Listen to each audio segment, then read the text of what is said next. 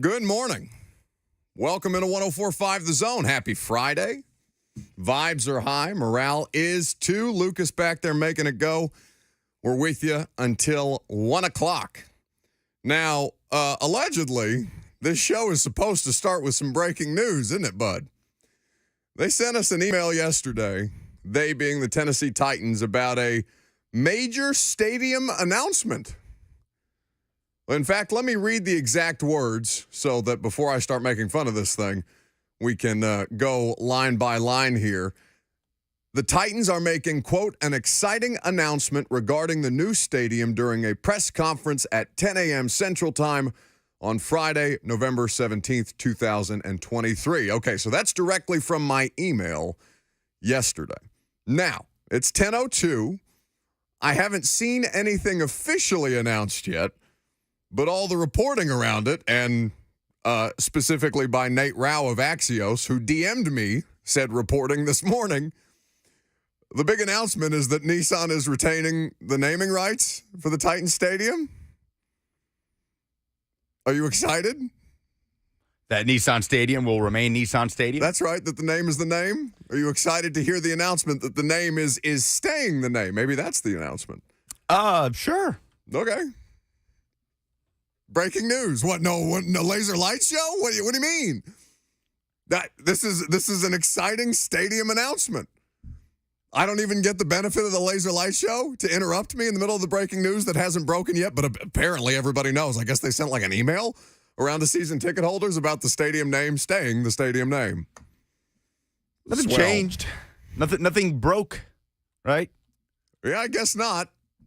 Other than, are they now forbidden from using any kind of exciting announcement news to publicize anything around the stadium? Because if you gaslight people that way, they're going to be pissed at you. Right?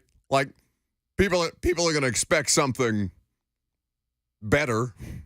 So they're going to expect something other than the naming rights are staying the naming rights. So they expect what? A groundbreaking? Like, what did you expect out of this announcement? Me? Oh, yes, when you saw a big announcement coming. Honestly, I didn't think about it. I didn't think about it at all. After I got the email, I said, all right, find out at 10 a.m. tomorrow, and if it changes the radio show rundown, then we'll change the radio show rundown. But, yeah, I mean, something more consequential than naming rights that aren't even new naming rights. I'm glad that it's not something ghastly, like something that has nothing to do. Like, at least Nissan makes sense. Should they be rewarded for not botching it?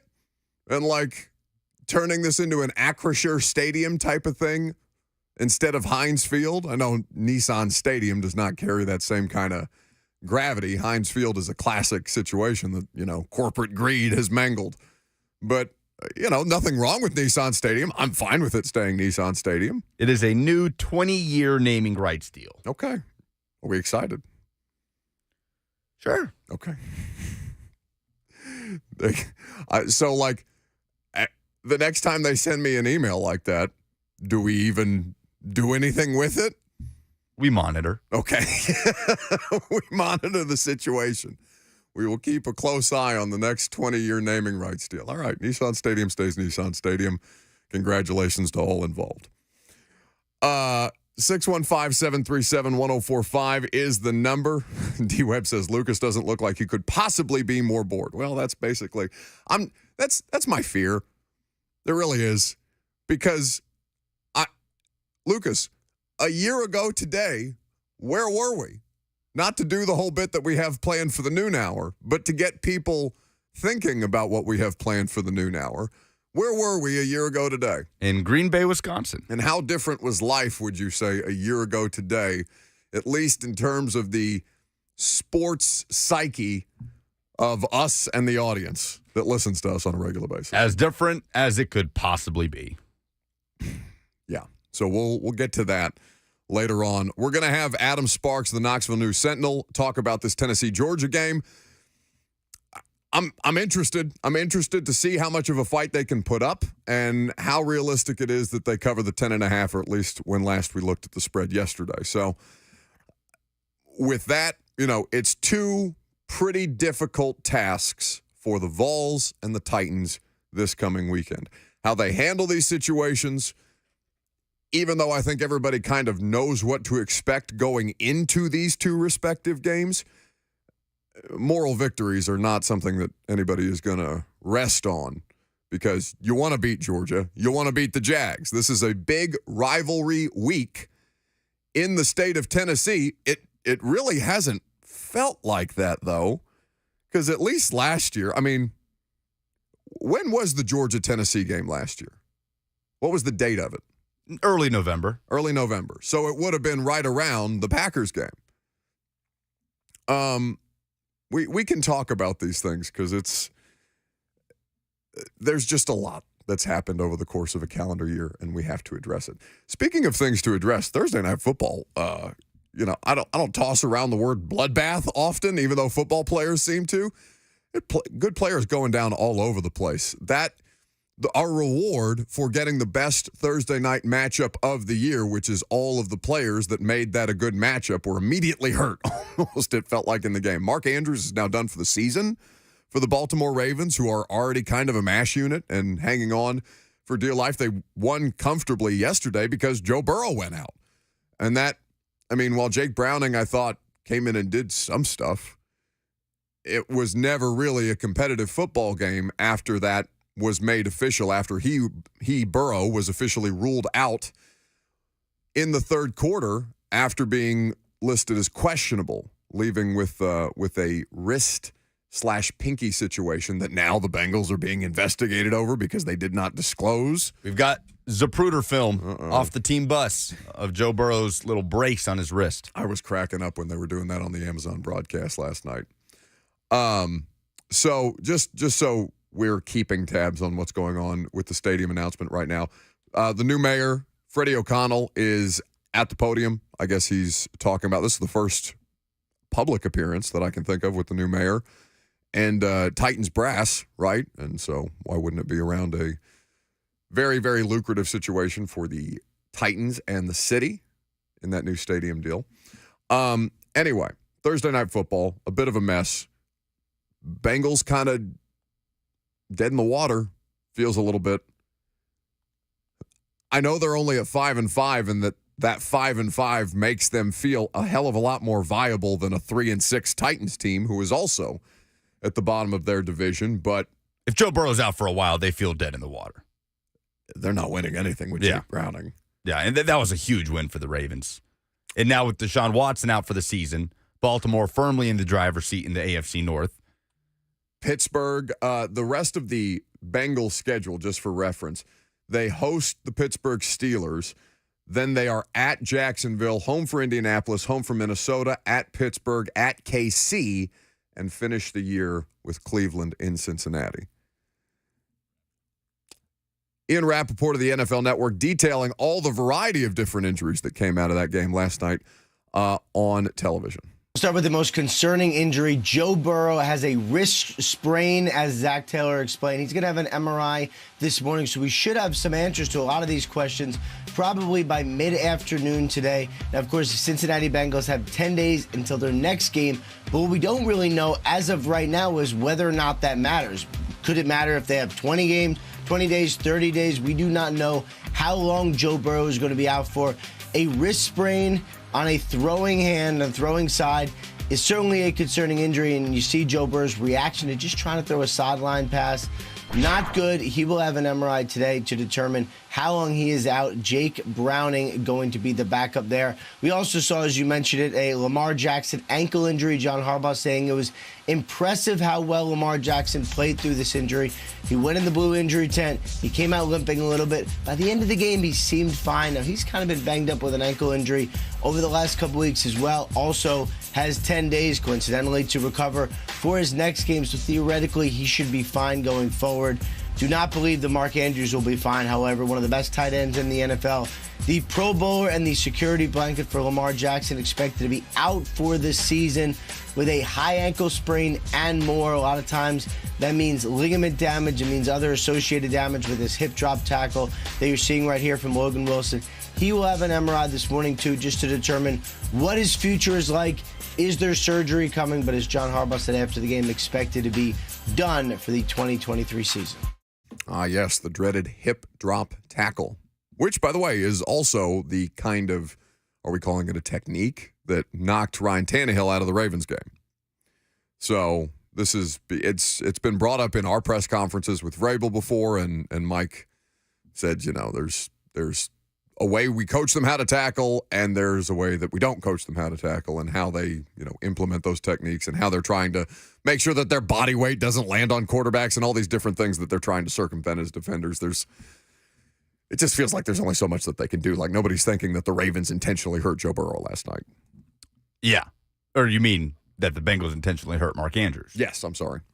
Odell Beckham, vintage OBJ last night. Biggest game statistically since 2019 for Odell Beckham. Since 2019. He was a younger man then. Yeah. I don't think of Odell Beckham as being like, I don't know, like this a 10-year vet in the NFL. Does that like register to you? Maybe just because he's missed some time? How old do you think he is? I mean, I know he's over 30. He's 31. 31. Yeah, 31. I mean, but I guess I just don't think of him that way. Anyway. The NFL is currently investigating, as we said, the Cincinnati Bengals because they did not list Joe Burrow on the injury report this week over the wrist ailment that was ultimately what ruled him out of Thursday Night Football that he had going in. As Lucas said, there is Zapruder film. The Bengals doxed themselves. They have their own Zapruder film because now it's being broken down by NFL investigators. Did you see that tweet I sent from Mike Florio last night? Of Pro Football Focus, because Mike was, I don't know if he had money on the game or what he was railing about, because he seemed a particular kind of outraged. And he tends to have these opinions from time to time. Remember when he wanted the Titans organization fined $10 million? Was it year-long suspensions for both Robinson and Vrabel, a $10 million fine, and the loss of a first-round draft pick, I believe is what Florio was calling for a football team getting sick during the pandemic. This was Florio last night. Meanwhile, the NFL injury reporting system is a joke, as evidenced by Burrow's wrist injury being hidden. The joke will be on the NFL when Congress calls a hearing or a prosecutor convenes a grand jury. All over a Joey B wrist. Well, it's because there's gambling money involved now. People are going to be pissed. Anyway, Adam Sparks will pivot to Vols and Bulldogs talk. Tennessee has a massive opportunity at Neyland Stadium coming up tomorrow. We'll break it down with the main writer for the Knoxville News Sentinel coming up next.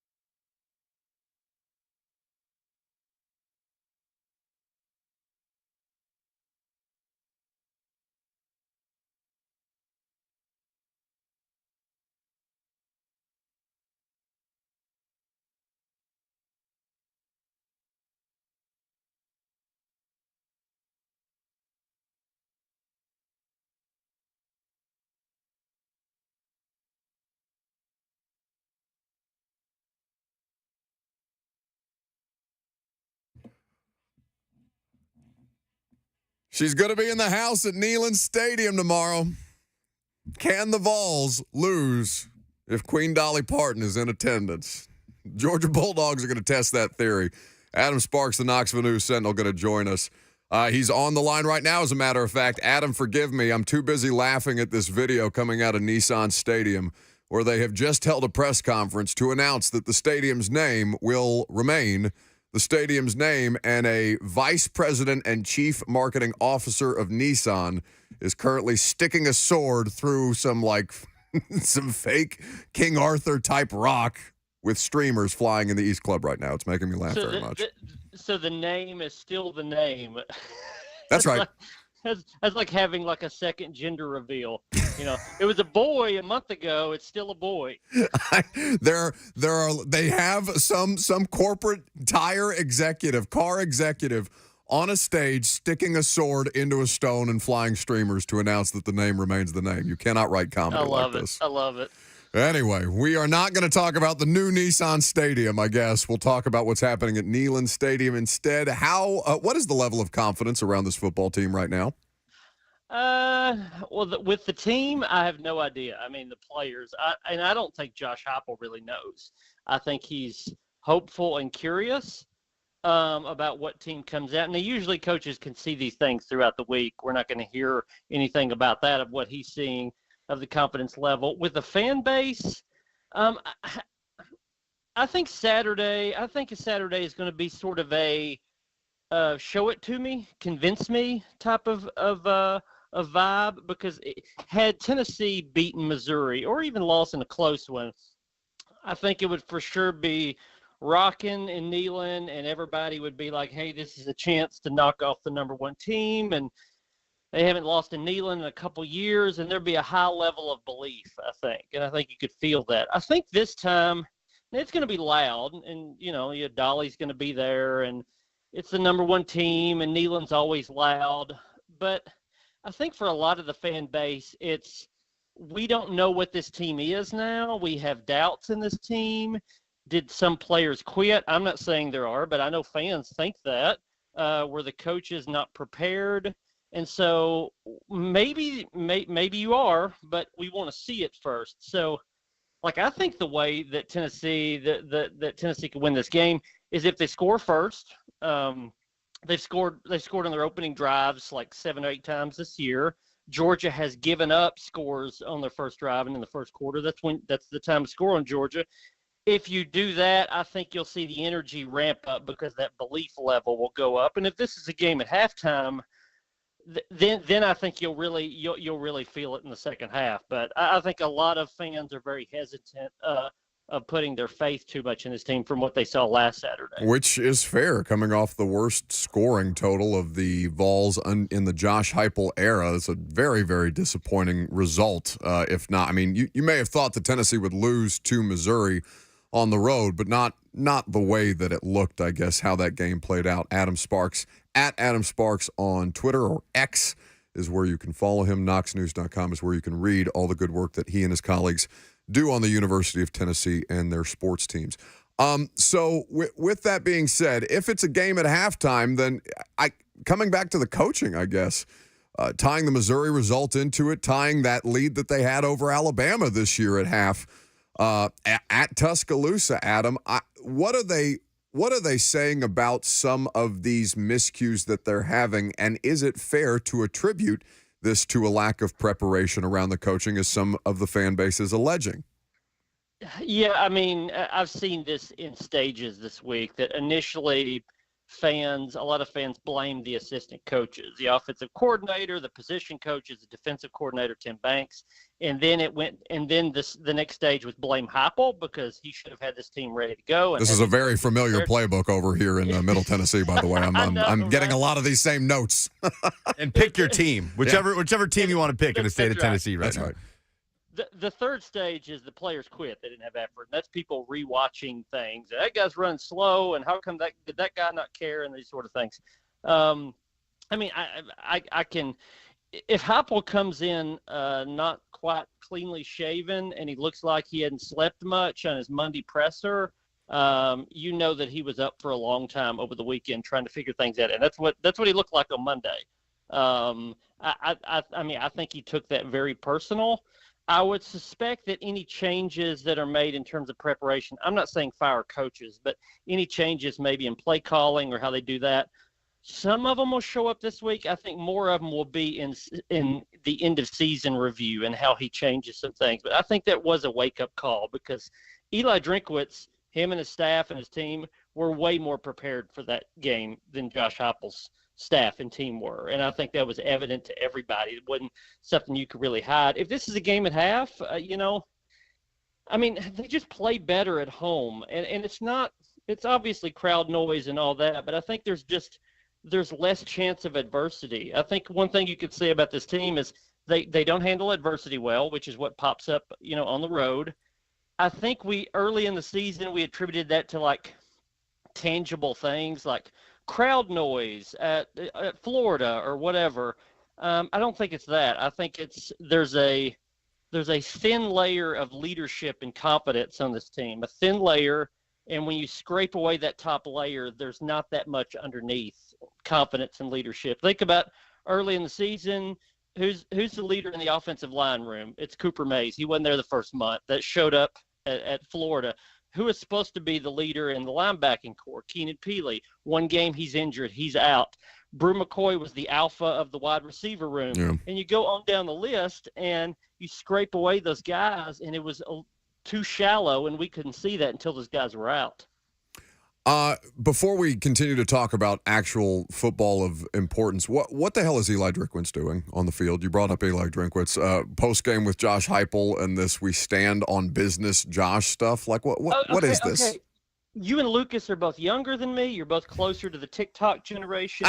Did y'all know what that meant? Yeah, I mean, I did. Lucas is going to look at me like, hello, fellow kids, because he does not partake in TikTok. But yes. I understand why he was fired up, but I don't understand the message that we stand on business. I don't know. Only because I'm now in locker rooms where the players are like considerably younger than me for the first time. Adam, do I know what any of this means? So what does it mean? Just basically like this is who we are. It's like 10 toes down, basically. I don't know what that means. Well, we handle our business, sort of thing. Yeah, that's right. I mean, I saw that and I immediately went to Urban Dictionary, which is not something that I recommend to any journalist. But I immediately did that. I asked my kids; they're 20 and 21. I didn't get what I took it as is like Eli Drinkwitz knew he was mic'd up, I guess, or that there was a mic around. And that was we stand on our business is what he said immediately after that on the on-field interview. So it almost seemed like he was a politician, like saying the mantra that he says to his team or to his constituents. So he was saying it to Josh, and Josh was like, what does that mean? No, his players are probably saying it to him, and he's like, yeah, I like that. Let me go chirp at Heupel real quick. It's incredible. Yeah. Anyway. He also looked at Urban Dictionary, I suppose. Well, that's what we've been having. That's been our bit for years. I've been having Lucas read the definition of stuff on Urban Dictionary for the audience. Stand on business, Urban Dictionary, to take care of your business / obligations, to be about your grind. That's right. Be about that grind, Josh. Sure. Adam Sparks. I think he could have just said something different, like, hey, remember that touchdown you hung on me with 30 seconds. now it's back on you times 10. And Josh Heupel's probably thinking, just wait till this Nico guy's playing and we'll do this again. Absolutely. That's going to be fun the next few years because they're gonna keep doing this. Neither one of them is going to be big enough to step away from it. I love it. More pro wrestling in college football. Adam Sparks here with us on 104.5 The Zone. So, Adam, you mentioned the idea of changes, whether that's coaching staff, philosophy, play calling, that would come at the end of season review. But what about for this week? Does this feel like a spot where Tennessee can kind of be in a playing with house money situation, throw some things at Georgia, at least offensively, that we hadn't seen this year? Just kind of a kitchen sink sort of game? I mean, do you get that sort of feeling going into Saturday? It certainly could be. I mean, I would think we would see D-Woods again on offense this week because why not? And also the drop-off from the starters on the at wide receiver to D. Williams is not great because they're down to Chaz Nimrod and Caleb Webb. And I'd be curious to see if Nathan Leacock gets in the game at all. He can play the rest of the way through in redshirt. He's a 4-star wide receiver who has only played one game. Why not? I think you're going to see more Dylan Sampson out on the field. It wouldn't shock me if you saw him in the slot some. I think it's going to be that type of thing. I think you're probably going to see a good drive from Tennessee to begin with, which is what they almost always do. And then you're going to see maybe, some creativity after that. Maybe the creativity is the second half. They've done so well with that opening script. Maybe the second half is the creative script, and just hoping the game is close then. So we'll see, but they got to try something different. In the review of the film, I feel like Josh Heupel also thought the effort wasn't there. So I think he'll change some things schematically, but not a whole lot. But here's the thing. You're asking Chaz Nimrod and Caleb Webb and those guys to beat press man coverage against Georgia. If you had Brew McCoy and Dante Thornton, that would be a big ask. And so you're asking these redshirt freshmen to do it. So it's going to have to be creative because I think they're limited otherwise. At Adam Sparks is where you can follow him. KnoxNews.com is where you can read him. You mentioned the penalties, and obviously you wrote about it this week for KnoxNews.com. It's something to me that almost mitigates their home field advantage. Neyland as a nighttime atmosphere, as an afternoon kickoff atmosphere, why is this continuing to be a trend? I know it's both home and away, but why is this team so prone to penalty? Yeah, I went back and researched all 279 penalties under Josh Heupel over the 3 years. Here's the thing people don't realize is that he's been in the bottom 10, so at least the bottom 25 of penalties nationally.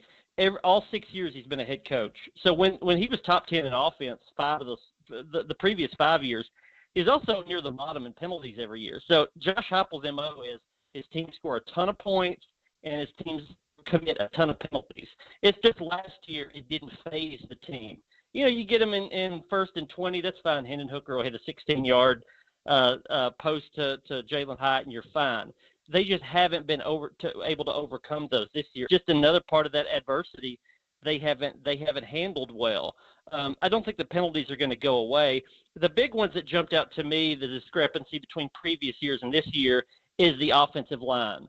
More false starts, more holding. We knew that would be an issue to begin the year because they were thin on the offensive line. But as they've gotten thinner over the year, you've seen that more and more. Where this is going to come up is December 1st and after when the transfer portal opens, because they're going to have to go in and probably get a guard, maybe get a center, depending on what Cooper Mays decides, maybe a tackle. They're going to have to load up on offensive line and tight ends in the portal, and we can see why based on those penalties.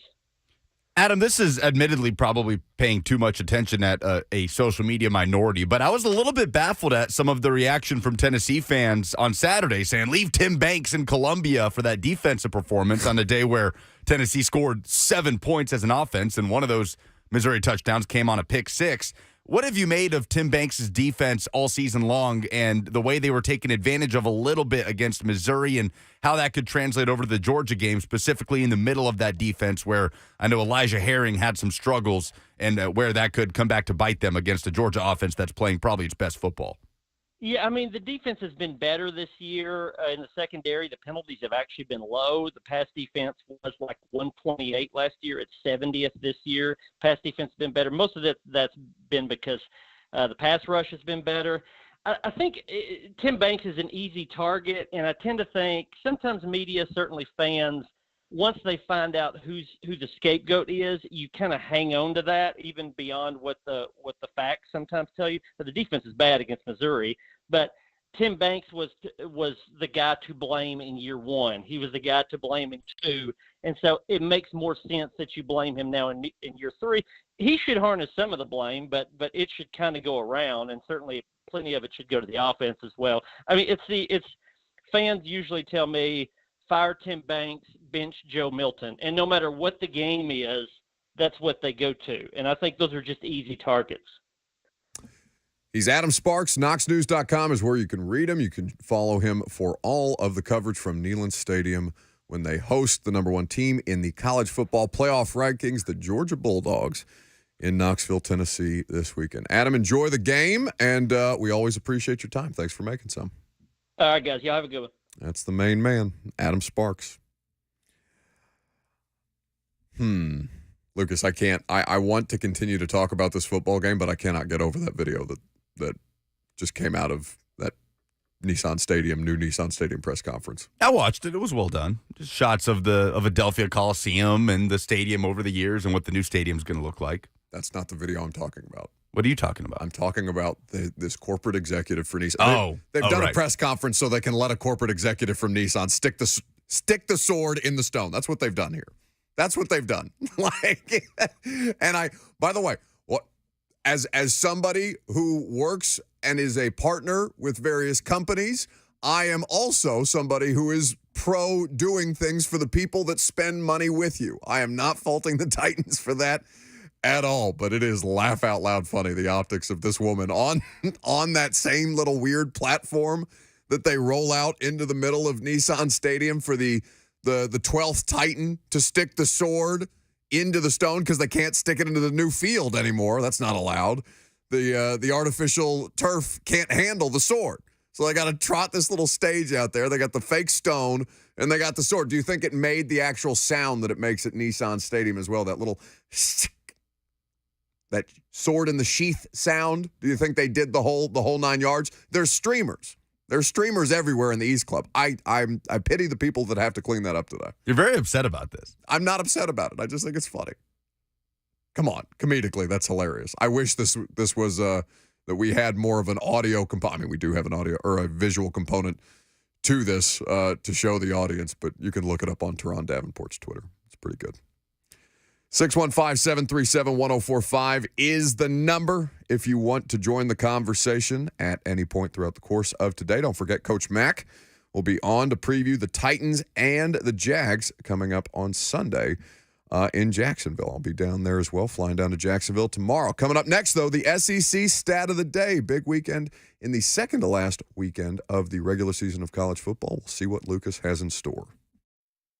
Life is busy. We could all use some extra time in our day, which is exactly why Two Rivers Ford offers mobile service. We'll bring the service to your driveway at no additional charge. Oil changes, brakes, batteries, the certified technicians at Two Rivers will perform basic maintenance on your vehicle wherever you are, so you'll have more time for moments like this.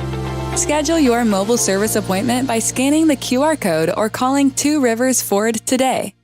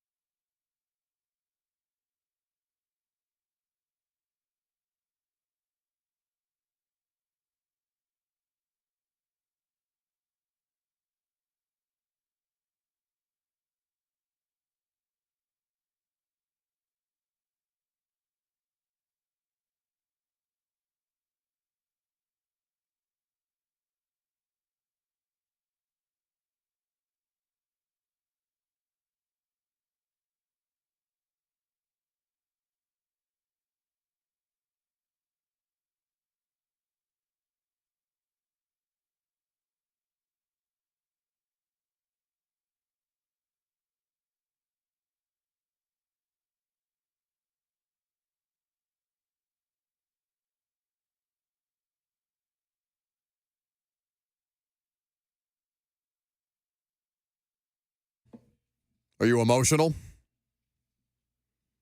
Little bit. I feel like I should just get out of your way because this is the last time. The reason that you are hearing this music is because on Saturday, when it comes onto your screen with highlights of Joe Milton and the Tennessee Volunteers getting ready to square off against the number one team in the country, the Georgia Bulldogs, it will be the last time that you hear this music with a Tennessee SEC.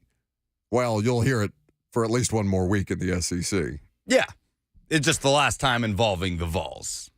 And it's sad. It does make it's a nostalgia thing. Because Iowa's going to get it? For a lot of people. Yeah, because this is Iowa and Rutgers next on CBS. Will Iowa yet again break the record for the lowest under hit in college football history? The answer is yes. Is that the Aflac trivia question? Yeah. Oh, my God. Just soak it in. And I'm kind of sad, too. I'm very happy to be going to the game and giving Robert Walsh his first Neyland Stadium experience, but I won't be watching on television. So I have officially heard the SEC on CBS music for a Tennessee game for the last time. Oh, it no, was I totally last envision, Saturday against Missouri. I totally envision you coming home, having this on DVR. You don't DVR the games? I mean, I rewatch the games, yeah, but How do you rewatch them? If I like go on to ESPN or CBS Paramount app or wherever it was, and or I'll find the extended highlights posted somewhere. Oh my God, is this how I get old? I DVR games and watch. I just fast forward through the commercials. No, that's fine. You have given people flack for DVRing games. You got to figure out where you stand on this. No. I do it because it's my job to do it.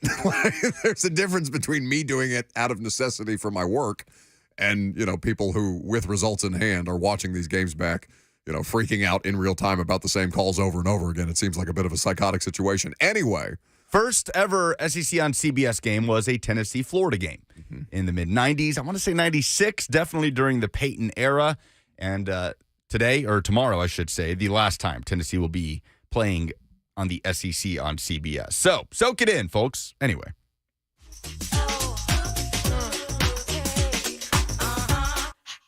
Let's talk about SEC, baby. Let's talk about the SEC. Let's talk about Nick Saban and Josh Heupel in the SEC. Let's talk about SEC, baby. Let's talk about the SEC. Let's talk about Brian Kelly and Greg Sankey in the SEC. Let's talk about SEC.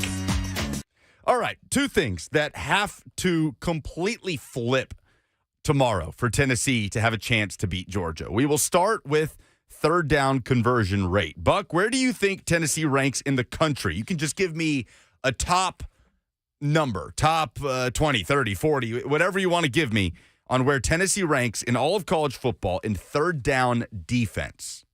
Ooh, third down defense. I'll say top 30. Top 60. They are the number 58 team in the country with a 38.41% opponent conversion rate on third down. Interesting. So, Tennessee, we'll say in the bottom half of the country in third down conversion rate. Has not been good. Did that surprise you when you saw it? Because that surprises me. No, not at all. Tennessee struggled to get off the field on third downs all season. And Tennessee struggled to get off the field in all sorts of third down situations. 3rd and 1, 3rd and 2, 3rd and 12. There have been countless times this season where Tennessee will get the benefit of a penalty. Tennessee will get a second down sack and be unable to get off the field and give up a 3rd and 13 or 14. Happened against Florida, happened against Missouri, certainly happened against Alabama. The Georgia Bulldogs are the number one team in the country in third down offense. They convert 56.76% of the time. That is something that has to completely flip on its head for Tennessee to have a chance in this game. Because you can check all the boxes that you might have put out. All right, what does Tennessee have to do to beat Georgia? Find success in the run game, sure. But let's talk about defensively. What does Tennessee have to do? Try and put a stop to that Georgia run game that's really finding its groove with Kendall Milton. Force turnovers, sack the quarterback, affect Carson Beck in the pocket for the first time really all season. None of those things will matter if you can't stop him on third down. None of those things will matter. Great, you sacked Carson Beck. You got home. You set up a 3rd and 15, and they convert. Doesn't matter. Has to completely flip. Like, not just be better, but completely do a 180 for Tennessee to have a shot here. The second thing is red zone offense, because Tennessee has scored touchdowns on 51% of their red zone trips this year. That's 110th in the country. It's bad. 110th. Now, Red zone problems. A lot of these all teams, over the place. A lot of parallels between these teams here lately, folks. Now, I will say, Georgia has not done a good job defensively in the red zone this year. Now, the thing is, teams have a hard time getting to the red zone against this Georgia defense. But when they do, they score touchdowns 70% of the time. That is 111th in the country.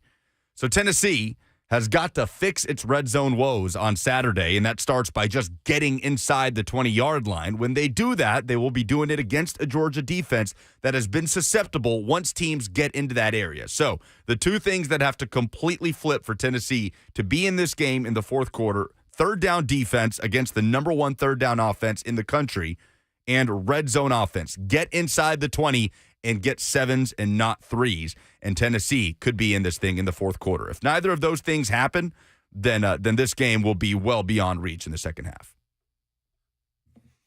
What's the level of BVS? There's no BVS this week. BVS, Buck, is going down to Gainesville in a game that you should win against a Florida team that's going to end up going 5-7 this year. And you're Tennessee, you're undefeated, you have the more talented team, you have the more experienced team, you are the favorite going down to the swamp. BVS is going into that game knowing full well that you are the better football team, and that, yes, on paper, you absolutely should win that game, but being terrified that you are going to lose and that the demons of the swamp will creep back up. And guess what happened? Going into this game against number one Georgia, it's not BVS. For me, it's house money, man. For me, I'm getting a day in Knoxville. I get to show Robert Walsh the ropes of being a Vols fan on game day. I get to see him run through the tee, get to sing Rocky Top a few times, maybe some fun big plays in the first quarter. The rest is all gravy, man. Okay. I'm telling you, I am that. going into this game stress-free for my own mental health, of course. But no, BVS is going into a game typically that you feel like you should win against a team that has given you all sorts of demons over the years and being afraid that you're going to lose. This isn't so much BVS. Tennessee is a 10.5-point underdog here. Nobody in the country truly expects Tennessee to win this game. So you go into it. Last time I'll get to be in Neyland Stadium this season. Try to have a good time. Whatever else comes of it is just a big bonus. How many have you gone to this year? Just the South Carolina game. I typically get one a year, so I'm looking forward to getting a second one in. Not a huge weekend in the SEC, too. I mean, Alabama has Chattanooga, Ole Miss, Louisiana Monroe. A lot of cupcakes. Yeah, Mississippi State fighting for bowl eligibility. If they beat Southern Miss, they'll have a chance to be bowl eligible if they beat Ole Miss in the Egg Bowl, which is always wacky. And then you have Florida at Missouri. Missouri trying to finish out a 10-win season. They would have to beat Florida and then beat Arkansas next week to do so. Florida also fighting for bowl eligibility. They would have to beat one of Missouri or Florida State. Both would be top 10 upsets in order to avoid a 5-7 year for Billy Napier. And Kentucky is at South Carolina, as South Carolina also fights for bowl eligibility. They're looking to have to win out against Kentucky and then against Clemson at the end of the regular season. Beyond the SEC, though, there's some fun spoiler games out there. Like Louisville going to Miami this weekend is one that obviously is worth keeping an eye on as you look at how things stacked up in the college football playoff. And if you were paying attention to our disaster scenarios segment that we did earlier in the week, I think Iowa State also hosting Texas this weekend has the opportunity to play spoiler. Side note, just because we haven't talked about Quinn Ewers in a while, you see they're talking about him going back to Texas. He's coming back? Like, for sure coming back? I saw a 90% chance that he was going back. I've seen that he is reportedly coming back. I can double-check that. Okay. But that's how it's being talked about. I hadn't seen anything reported one way or the other beyond that there's a 90% chance that he ends up back at Texas this year, which makes sense because I think, not to derail this stuff into draft talk, but I think he's probably a day 2 pick right now. Yeah, he is expected to return per Inside Texas, which is obviously an outlet on 3 Sports covering the Longhorns. Okay. So, yeah, reportedly he is expected to come back. So, fun weekend of college football. Obviously, Georgia and Tennessee is going to be the highlight around here. Whether it's a highlight, whether it's a low light, well, we'll have to talk about that Monday, I suppose. Washington at Oregon State's a big game. Big chance for Oregon State to ruin Washington's undefeated season. Big quarterback matchup like we've talked about with DJ Uiagalelei against a Washington secondary that struggled this year. And, of course, Michael Penix. And outside of that, you mentioned Louisville and Miami. Rutgers is at Penn State. So an opportunity there for Rutgers to catch Penn State a little flat-footed after they got punched in the mouth a little bit against Michigan. That'd be a huge win for Greg Schiano and Rutgers, who have had a nice year up there. Where are we in our progress for a Tennessee-Rutgers Music City Bowl? Are I'll we tell you trending in what. the right direction? I mean, I don't know. What gives us that result? What do we need to happen this weekend? Now, that is something that I desperately want to avoid, just so you know. But Tennessee finishing 8-4, and Rutgers, who has Penn State and Maryland to finish out the year.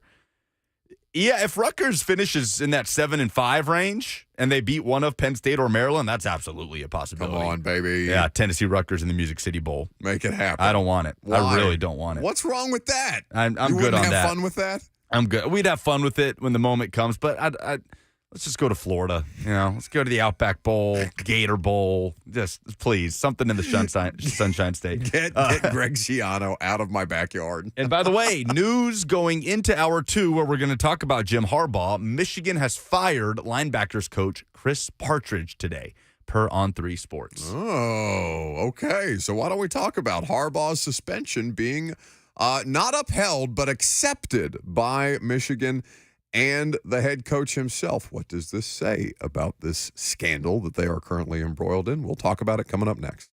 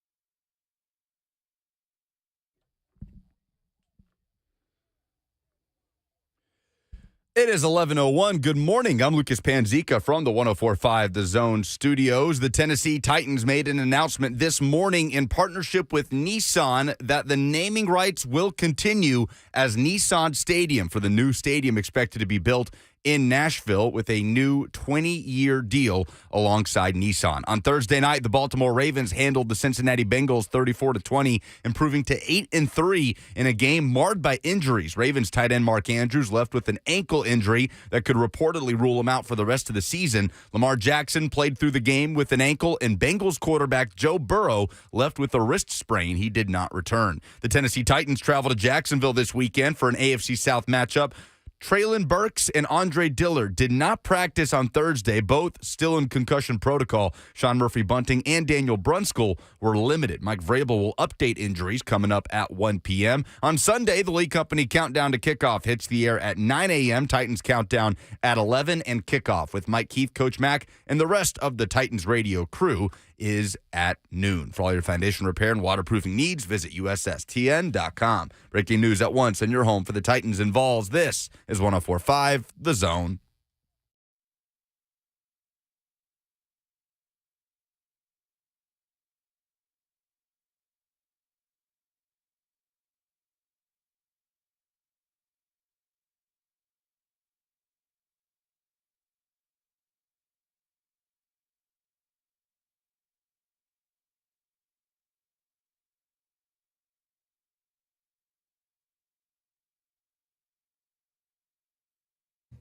Second hour. Happy Friday to you. Welcome in. Welcome back. Happy to have you guys here until 1 o'clock. We've got some breaking news to go along with a news story that continues to develop. It feels like it's been developing for the better part of what now, about a month? With Jim Harbaugh and the Michigan sign-stealing scandal, maybe 3 weeks? Yeah, a little less than a month. Okay. So, Michigan has just announced about 35 minutes ago, and this courtesy of Ross Dellinger at Yahoo Sports, they are firing their linebackers coach, Chris Partridge. He has been relieved of his duties as a member of the Michigan football staff. Rick Minter will serve as the team's linebacker coach. So this continues to fold into a situation where Harbaugh and Michigan have accepted a 3-game suspension. What about their tune changed in the last couple of days? Well, it probably has something to do with Chris Partridge. Ross Dellinger adds in a follow-up tweet, Michigan leaders were presented new evidence this week in the NCAA's investigation into its advanced scouting scheme, sources tell Dan Wetzel and Ross Dellinger. Now, before I read the rest of the tweet, remember that the Big Ten was who initially suspended Harbaugh and was the reason that he was not coaching on the sidelines against Penn State. This is a development into the NCAA's investigation into Michigan. And those two things, while, one may grift off the other, they are technically independent investigations from one another. Ross adds the materials presumably have altered its approach. dropped legal action versus the Big Ten. Today, it fired assistant Chris Partridge. Uh-oh. Backpedaling very, very quickly.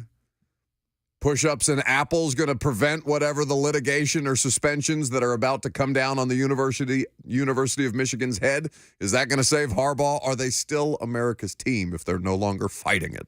So Michigan settling for the 3-game suspension with Harbaugh, that's just a thing between Michigan and the Big Ten, right? But what you just stated about Michigan leaders being presented new evidence, that was the NCAA in their investigation showing that evidence to Michigan. Correct. Right? So that's kind of the differentiator, because I very much look forward to this blowing over, and then we're just plugging along in 2027, and the NCAA comes crashing in like the Kool-Aid Man with with a ball band or something. Yeah. Remember that? Remember when you cheated 5 years ago? What? No, nobody remembers. I immediately regretted making that noise into a microphone when there's cameras on me. I'm sure the internet will be kind with that later. But dust will settle on it. Everybody will kind of go through all their hatred for Michigan, and then we'll all move on. We'll move past it. Michigan will be on their second head coach post-Jim Harbaugh era, and then here comes the NCAA crashing in with a crazy punishment. Somebody brings up in the F&M Bank chat, which is also accessible to you. Facebook, YouTube, Twitter, and Twitch is where you can interact and live stream the show. The champ, 1548, points out, I thought Connor Stallions acted alone and was a rogue assistant. Question mark.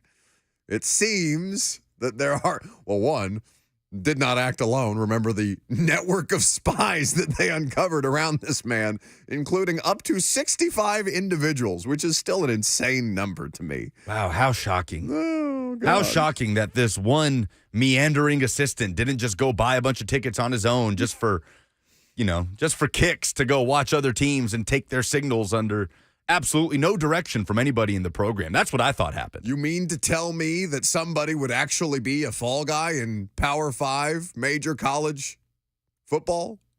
That there is just a meat shield out there wandering around trying to protect Jim Harbaugh from however close the Flames might get to him, and they seem to be creeping higher and higher. This is so funny from Michigan. Oh, my God. After a week of playing the victim and then going head-to-head with the Big Ten and then now cowering. Okay, all right, 3 games. Okay. Did you happen to have that Sharon Moore clip handy? Yes, I do. Or actually, no, I don't. Of him sobbing violently into a microphone and television camera? I do not. I would have to bleep it all again. Oh, well, I'm sorry. It would be worth playing. But this whole thing. Will we get the same thing if they beat Maryland? Right, they win 50-10. And Sharon Moore is just like sobbing, snot coming out of his nose. These kids, man. I love you, man. This is for you. God. I love these bleeping kids, man. Talk to them.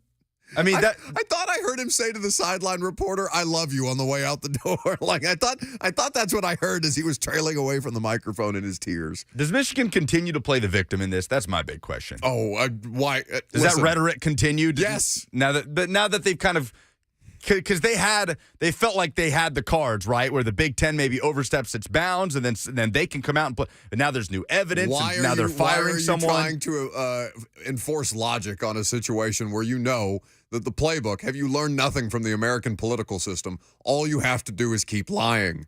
All you have to do is keep lying. Never admit that you were wrong. I just wouldn't be surprised if they retreat back into their shell on this one and go with the more.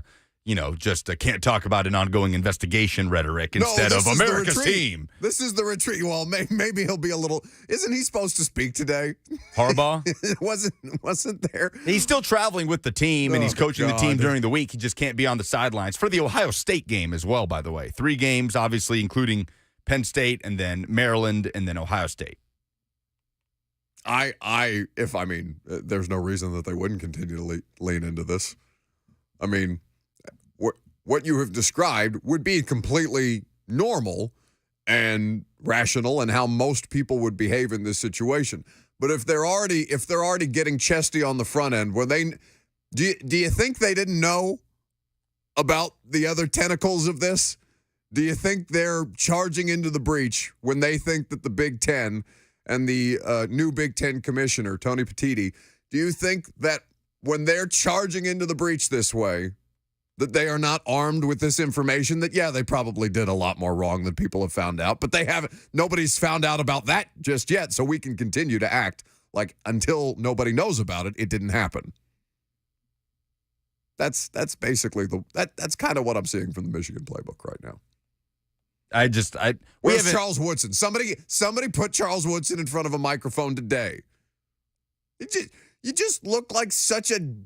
I can't say the word on FCC Safe Radio. You just look like such a D-bag now, where you're sitting there screaming, completely ignorant, probably, of the situation. And, I know Lawan does it, like, joking around. I know there's plenty of Michigan alumni who are kind of leaning into the bit, right? The whole bet thing on Twitter where it's just one word, bet, on social media. All right, bet what? What are you willing to bet? Because your university and your America's team head coach just folded their hand. This is the statement from Michigan. Oh, good. From the outset, our focus has been on seeking due process and allowing the NCAA to conduct a fair and deliberate investigation. Although the Big Ten has closed its investigation, we are continuing to cooperate with the NCAA as it moves forward with its ongoing investigation. Consistent with our commitment to integrity, we will continue to take the appropriate actions, including disciplinary measures based on information we obtain. Earlier today, Michigan Athletics relieved Chris Partridge of his duties as a member of the Michigan football staff. Due to employee privacy laws, we are unable to comment further. We are committed to integrity. It's an ongoing investigation. We fired someone. I would respect them so much more if they put that in the email. Look here. There's blood. There's blood. We've sacrificed the linebackers coach. Are you happy now? What they need to figure out is where the money came from to send Connor Stallions and X amount of staffers out to these games, right? Like Connor Stallions was paying out of his own pocket, just going rogue. Nah. No. Where are your Chick-fil-A bags, Michigan? Yeah, exactly. Where are you hiding the money? What's a Michigan food staple? I mean, I don't know that Chick-fil-A is a Tennessee food staple, but like, what do they hide? What's the best comedically we can do? Is it a Wawa or that's Pennsylvania? That's not Michigan. Sheets. You ever been to a Sheets? A Sheets? No, I'm not familiar with like Sheets. SHEETZ. No. Gas station with good food and just. It's like similar to a Wawa. Okay. Good stuff. I had it in Virginia once. Okay. But I always love the argument, too, of that so many programs seem to stand on of the head coach just oblivious and not knowing. Like that's supposed to be. Like Rick Pitino tried to stand on that, right? The ignorance argument of not knowing that, recruits were getting all these extremely improper benefits. Like the idea that that's supposed to be some sort of, he didn't know about it. That's right. Right? Like that's not an indictment of you as a program as well. It's why, like, and athletes will tell you this in honest moments, like somebody from their friend group, if you're going to get pulled over for something and you're the player who's, stands to make millions and will take care of the rest of your friend group if they help you through certain situations. Like, this is kind of what I'm looking at Connor Stallions and now the linebackers coach at. Connor Stallions has been made out to be some kind of psychopath, and he may well be with the Michigan Manifesto. I have no idea. But he's been made to look like some kind of evil genius at the center of all this, orchestrating 65 different puppets when the dude is making like $45,000 a year to probably sleep on a cot in the facility and scout Central Michigan games for a living. Hey, he just loves Michigan, man. He loves Michigan, and he wants to cheat for Michigan no matter if someone tells him to or not. It is his passion project. Maryland has the opportunity to do the funniest thing ever on Saturday. Taulio Tungavailoa. Let's get the job done. Oh, and beat Michigan? You got him at home. 6-4 Maryland, 10-0 Michigan, 11 a.m., big noon kickoff. All right, Terps, Mike Loxley, here we go. America's team. Get it done. Let's go. We are all Maryland Terps fans is America's today. team. Maryland is America's team. How about that? Incredible. 615-737-1045. We'll take your phone calls on this Michigan nonsense. And Coach Dave McGinnis of Titans Radio will join us to talk Titans and Jags coming up next.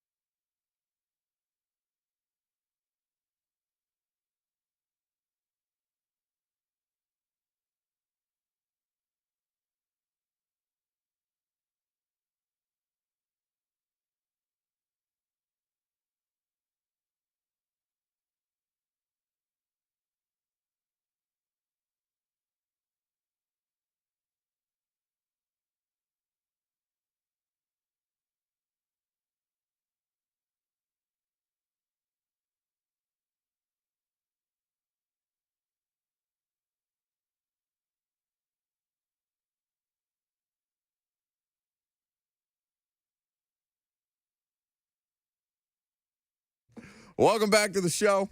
615-737-1045. Coach Mack will be here momentarily, and we will talk some Titans and Jags. Meanwhile, to the phones, talking about this Michigan situation. Are we calling it scandal? Is it a situation? Are we now going to devolve? Should we start keeping a list of S words the way that we did in the Titans offseason with a list of R words? Rebuild, refurbish, reconstruct, reconsider, perhaps? Maybe that's a better one. We need to reevaluate that list of R words now that we're not, I guess 11 weeks in. Reevaluate's a good one. Reevaluate is a good one. Ryan in Murfreesboro wants to talk about this Michigan situation. Hey, Ryan. What's up, Buck? Man, here's my perspective on the thing. I don't think the story is where did the money come from. I think the story is how the heck did the guy get on the field in the first place? I mean, that's every Vol fan's dream is to throw on an orange hat, get down on the sideline, throw on a pair of sunglasses, fold his arms and pretend like, he's part of the deal.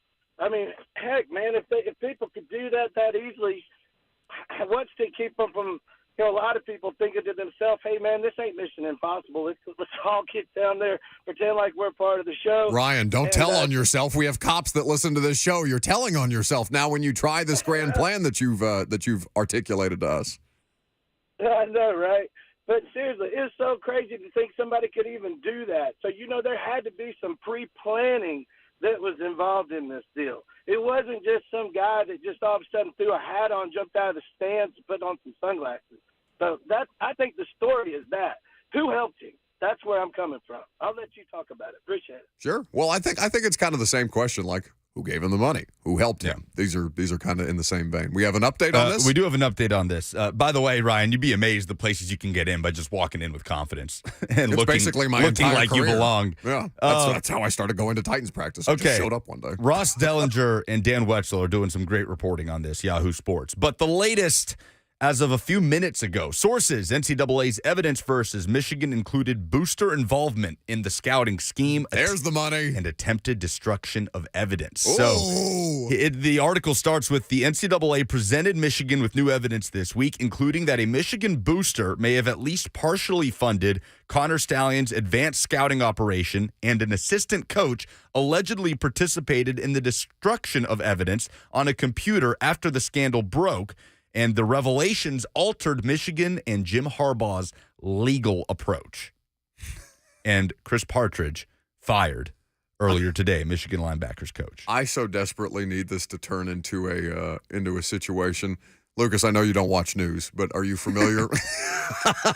Don't laugh. All right. I've asked you about several pretty critical news items outside of the world of sports in the last couple of weeks, of which you just stare back at me blankly as if I'm trying to talk draft with you on November the 17th. World's just happening around me. I understand that. Are you familiar with the documents at Mar-a-Lago situation? Are you familiar with the documents that Mar-a-Lago, is that like a pop singer or something?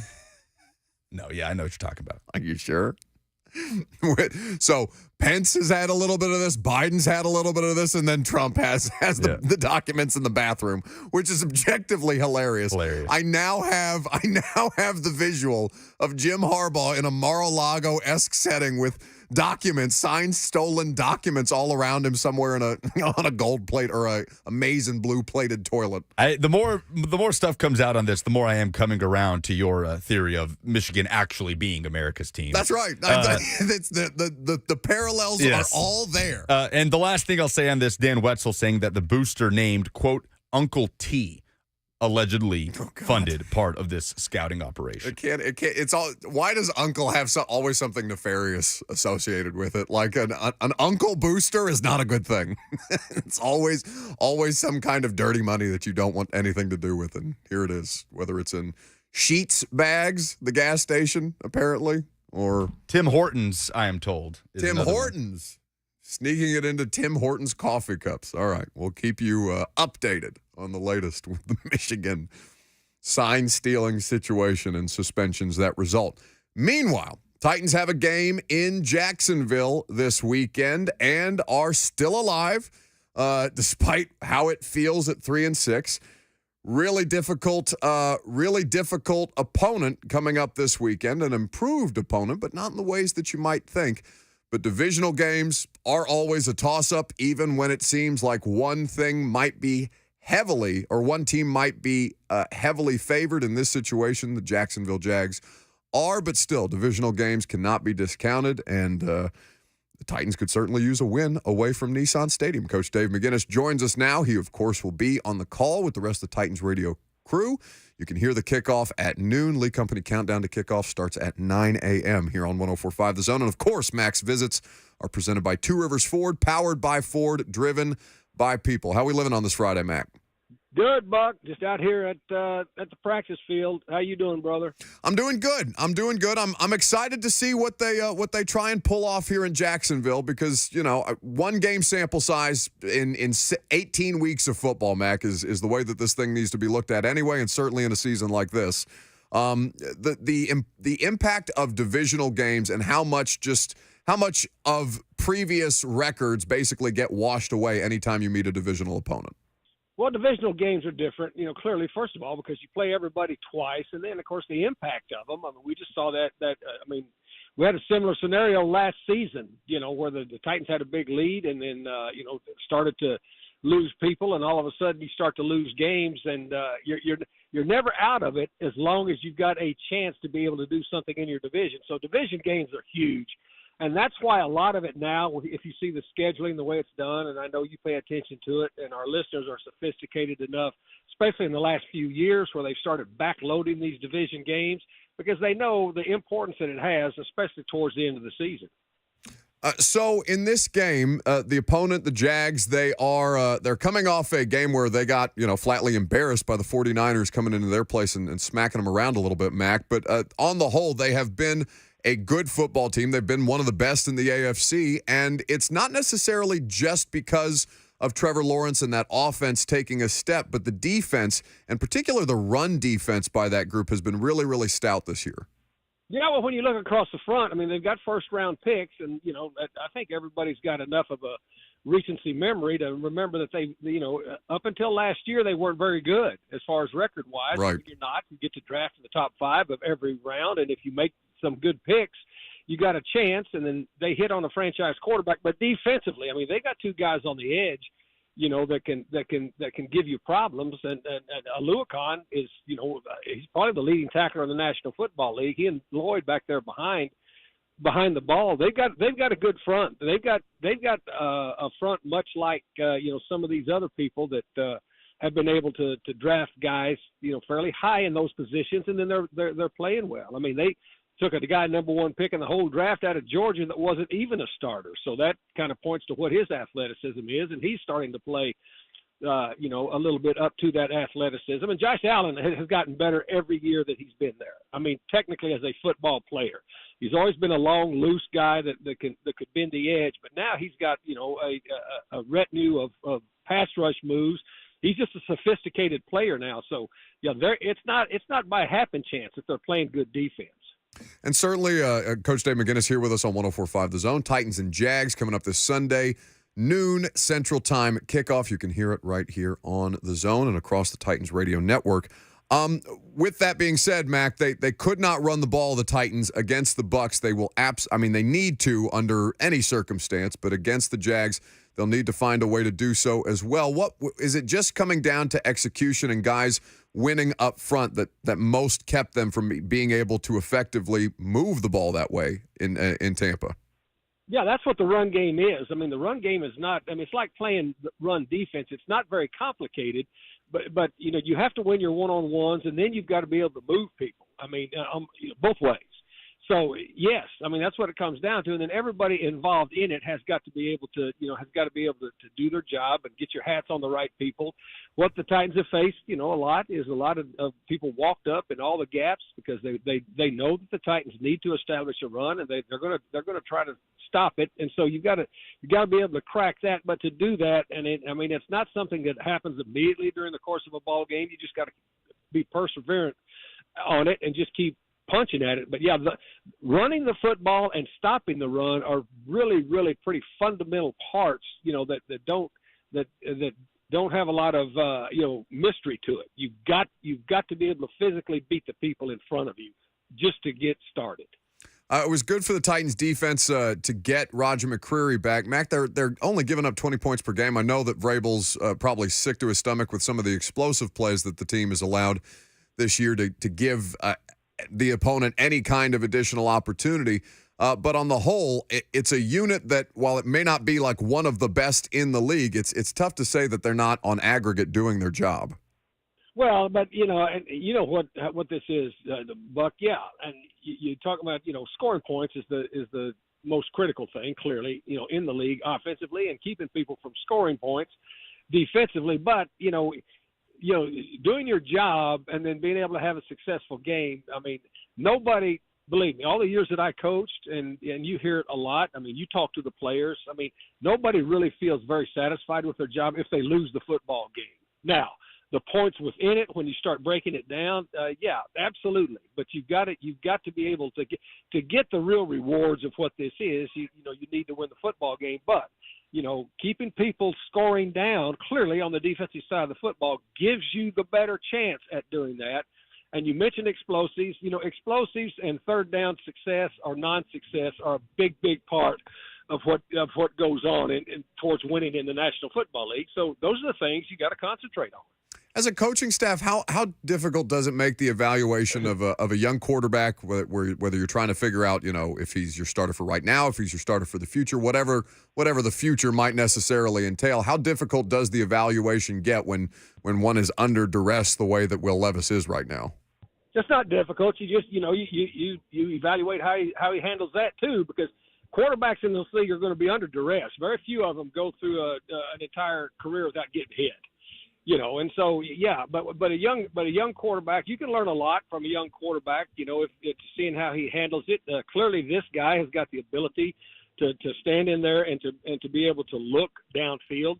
The thing, it doesn't appear to be affecting his confidence any, but just off the jump, you don't want your quarterback to get hit, but you can evaluate your quarterback in a lot of different ways. I mean, just decision making, you can evaluate him the way he handles adversity. You can evaluate him the way he handles success. All of these things are very much in play, especially when you're developing a young quarterback. Coach Dave McGinnis is here with us talking Titans and Jags. The kickoff noon on Sunday here Central Time on 104.5 The Zone. His visits with us is always presented by Two Rivers Ford out there just a couple of miles east of Nashville International Airport, where I'll be headed tomorrow to fly down to Jacksonville, as will the team. Mac, what's your favorite Titans rivalry? The Jacksonville rivalry, just because of the history of these two franchises, there's always been a little, there's a real rivalry there because, when Tom Coughlin was there, he and Jeff Fisher used to have some pretty good battles, and they were both pretty good teams, going for a division title. So Jacksonville has always been one. Of course, you got a natural rivalry with Houston just because of the iteration of how the football team came to Nashville, and then Indy's always within close proximity. So division games always, all of them, Buck, carry a little bit of sandpaper with them. And so starting off this conversation that you did was very correct. Division games are just important. They're just important. And so with that importance, a rivalry is pretty natural. Coach Dave McGinnis, you can check him out on TennesseeTitans.com, the official Titans podcast, wherever it is that you get your podcasts. You got the Coach to Coach show with Coach Doug Matthews on a regular basis, and of course, Titans Radio on Sunday and all the duties that entails. We're always grateful for Two Rivers for making Mac's visits with us possible. Mac, safe trip down to Jacksonville, and I will see you in the booth.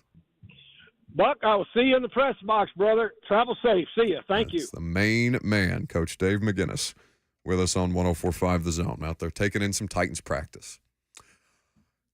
It doesn't sound like Traylon Burke's going to play. Concussion protocol all week. Yeah, I would agree with you. At what point do I'm always going to have to bring him up, I guess. But are we past the point where we're talking about are we doing more than holding on to hope that Traylon Burks is an impact player for this offense?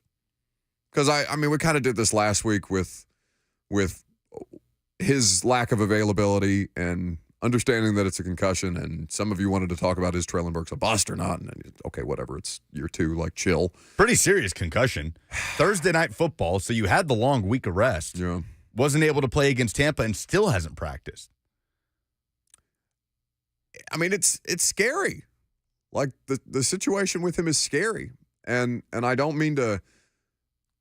We're always gonna bring that up, of course, when talking about him, because these injuries are not his fault. But I guess I'm past the point where, like, I don't look at the injury report, see Traylon Burks missing time, and think, man, that's really going to hurt him on Sunday. Because I'm at the point where I don't expect him to contribute in a meaningful way, which sucks. I mean, I'm sure if you're a Titans fan, it drives you insane, but for him, it's so many things compounded into the fact that he just can't physically stay out there, or hasn't been able to physically stay out there. Whether he can't for the rest of his career or not is not something that anybody's prepared to say, but it's troubling.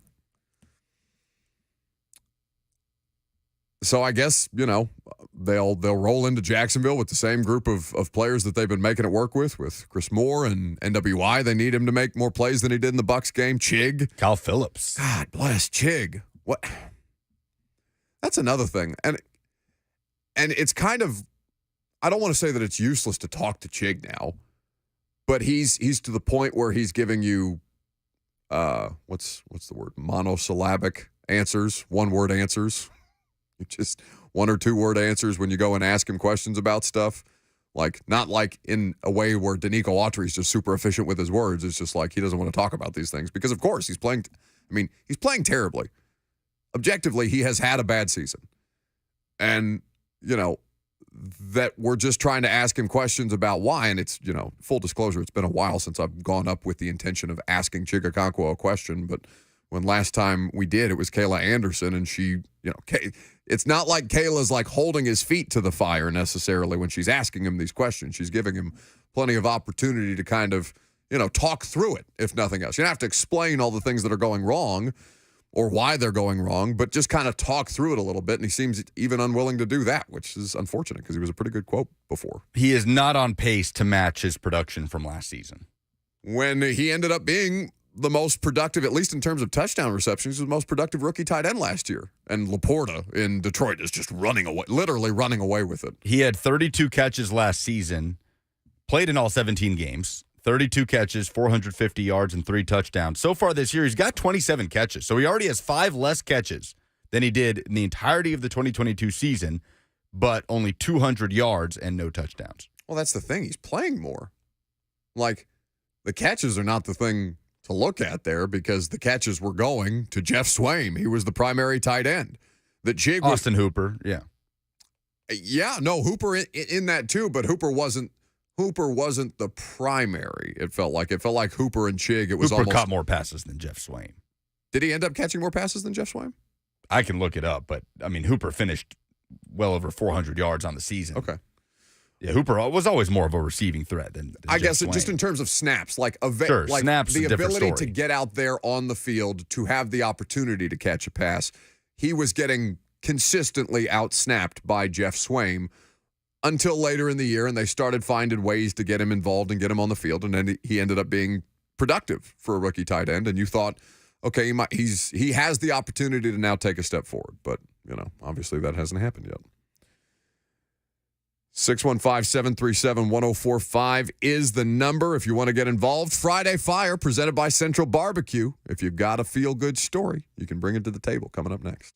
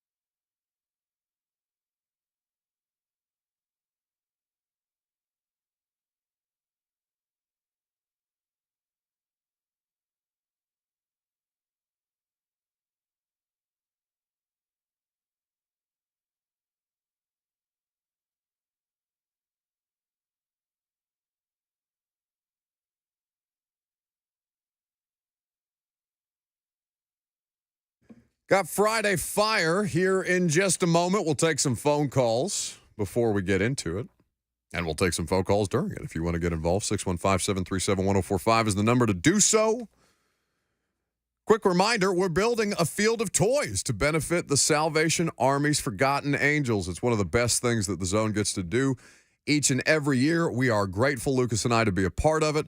Our 16th annual Toy Field Toy Drive, sponsored by A.O. Smith and Cool Ray, is Tuesday, December the 5th at Nissan Stadium. So if you're out doing some shopping, remember those in need during the holiday season. If you want to pick up a gift for a senior, not just a toy, gifts for seniors are also at very, very much in need for what the Salvation Army is trying to get accomplished here. So a gift for a senior or a toy, and help us build a field of them at Toy Field on Tuesday, December the 5th at Nissan Stadium. And while you're doing that, you can make sure to listen to all of these things on the 104.5 The Zone app. Lucas in Hendersonville is next. What's going on, guys? Hey. So I was calling in regard to the guy that was talking about how easy it might be to get on the field. In And, reference, y'all just know for the who audience Theo who may Vaughn not have is? heard that, Connor Stallions, the Michigan staffer who is embroiled in the middle of this sign-stealing controversy, and how easy it was for him to get himself onto various sidelines. Go ahead. All right. Do you know who Theo Vaughn is? Yeah, I know who Theo Vaughn is. All right. Have you heard his story about how he got on the sidelines at the UT Florida game last year? Yeah, I've seen clips of him and, who's the other dude from Barstool that does the Sunday Conversations? What's his name? I don't know the other guy. Okay, anyway, yeah. Presley, they're, Caleb Presley. They're comedians, basically, for the audience But who's yeah, not familiar, and they get on the field after the Alabama-Tennessee game.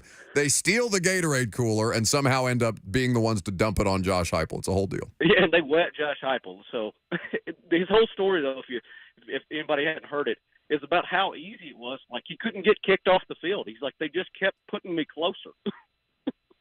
Yeah, I mean, once you like get to a certain point of access in a stadium, you basically go wherever you want to, which is the dirty secret that a lot of us employ when we're trying to get around to Titans games. Well, we talked about exactly that with Mac Hereford. Remember when he came to hang out with us at SEC Media Days? Oh, Mac was with them. He was with them. That's right. He's the one who took the video of them dumping the Gatorade on Josh Heupel at the Florida game. You and I were at that game, the Florida game.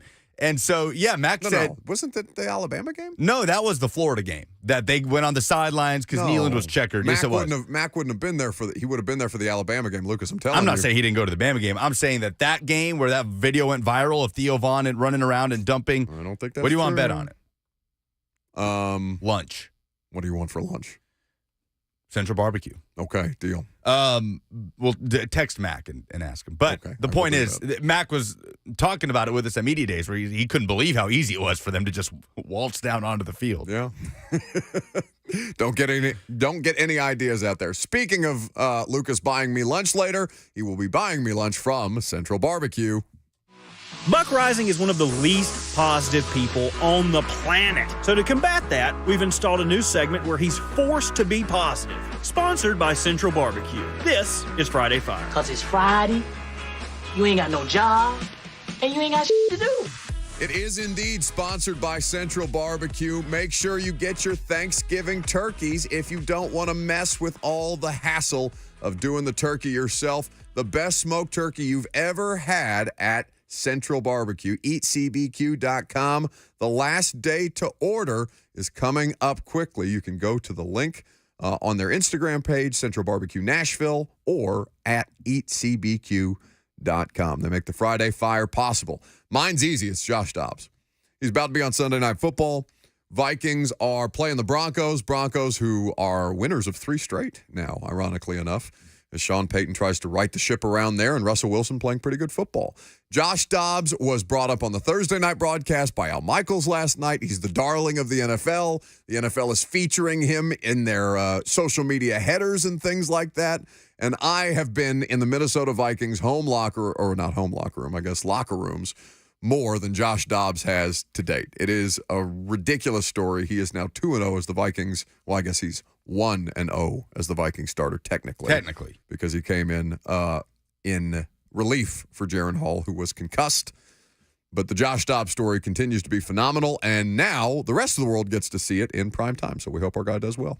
It has been one of the coolest stories in the NFL this year, right? Like, what's up there with the Dobbs, just this whole Dobbs whirlwind? Is he going to be? I mean, he has to keep playing well, but is Josh Dobbs a comeback player of the year candidate? I mean, DeMar Hamlin every time he takes the field is a positive story, especially last weekend on Monday Night Football. But Dobbs certainly would be a contender for it. If not for DeMar Hamlin, Dobbs would be a shoe-in. A shoe-in over somebody like T.J. Watt? Oh, sure. Oh, sure? Yeah, I think the story, just the feel-good story of it is what wins you that award. Either way, Dobbs is great. That's my Friday Fire. I came into this wanting to give my Friday Fire to DeAndre Hopkins because there was a sequence in the Bucs game where, and I think it might have been the play where Chig almost caught that touchdown and couldn't really hang on, and a DB got in there trying to pick it off, and Hopkins had to bat it down. Point is, DeAndre Hopkins makes a play to avoid the interception and does the seatbelt lock it in celebration that you see corners do. That's kind of the new thing for defensive backs, and that made me laugh out loud seeing that from because it was almost kind of half-hearted. He does the seatbelt and then goes back to the line of scrimmage to try to score a godforsaken red zone touchdown. He has. I would argue. I don't have the stats in front of me, so I'm just going to speculate recklessly. I'm going to imagine that DeAndre Hopkins leads the Tennessee Titans in passes defensed. Wow, that would be. I'd imagine that's not true, but I don't would think be it is sobering. either. But also, he has broken up several of those plays this year on interceptable passes. He's trying to save Will Levis's ass at this point. Lock it down. But no, my actual Friday Fire, though, has to be this report about Uncle T, the booster Uncle T out of Michigan. So it got me thinking, what Michigan alums with a name that starts with T could we throw into this as candidates to be Uncle T? Tom Brady? Did Tom Brady finance the Michigan cheating scandal? Did Taylor Lewan? I was just going to say, somebody texted me Lewan. Well, Tom Brady is familiar with the art of cheating. So we cannot rule Tom. And Can't rule it out. Who has the money? Because Lewan got a bag, but he didn't got that kind of bag. We're talking about a different kind of money that's floating around here. So I am willing to recklessly speculate that Uncle T is in fact Tom Brady. We can do that. I'm reporting nothing, but I'm recklessly speculating that it is in fact Tom Brady. Tyler on the F&M Bank chat is asking me what I'm going to make you buy me for lunch after winning that bet. I haven't received a response yet back from Mac, so I don't know what you're buying me for lunch yet today. I mean, I'm right. Not. Who's the richest Michigan alum whose name starts with a T? Is it Tom Brady? Surely there's some CEO somewhere.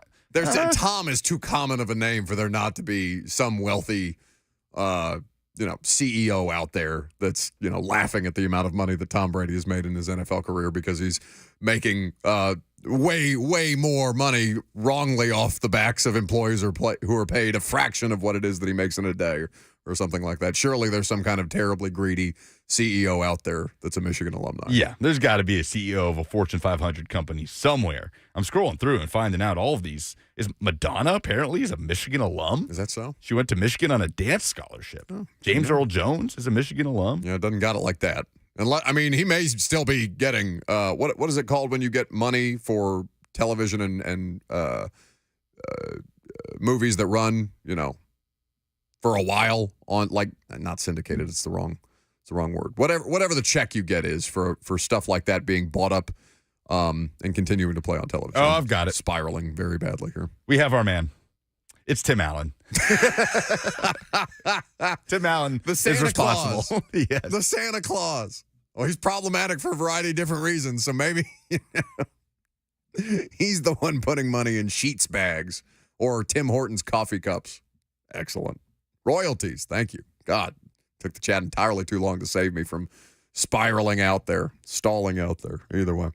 615-737-1045. More of your phone calls coming up next. And I'll tell you, God help me, I think this Jags game is winnable.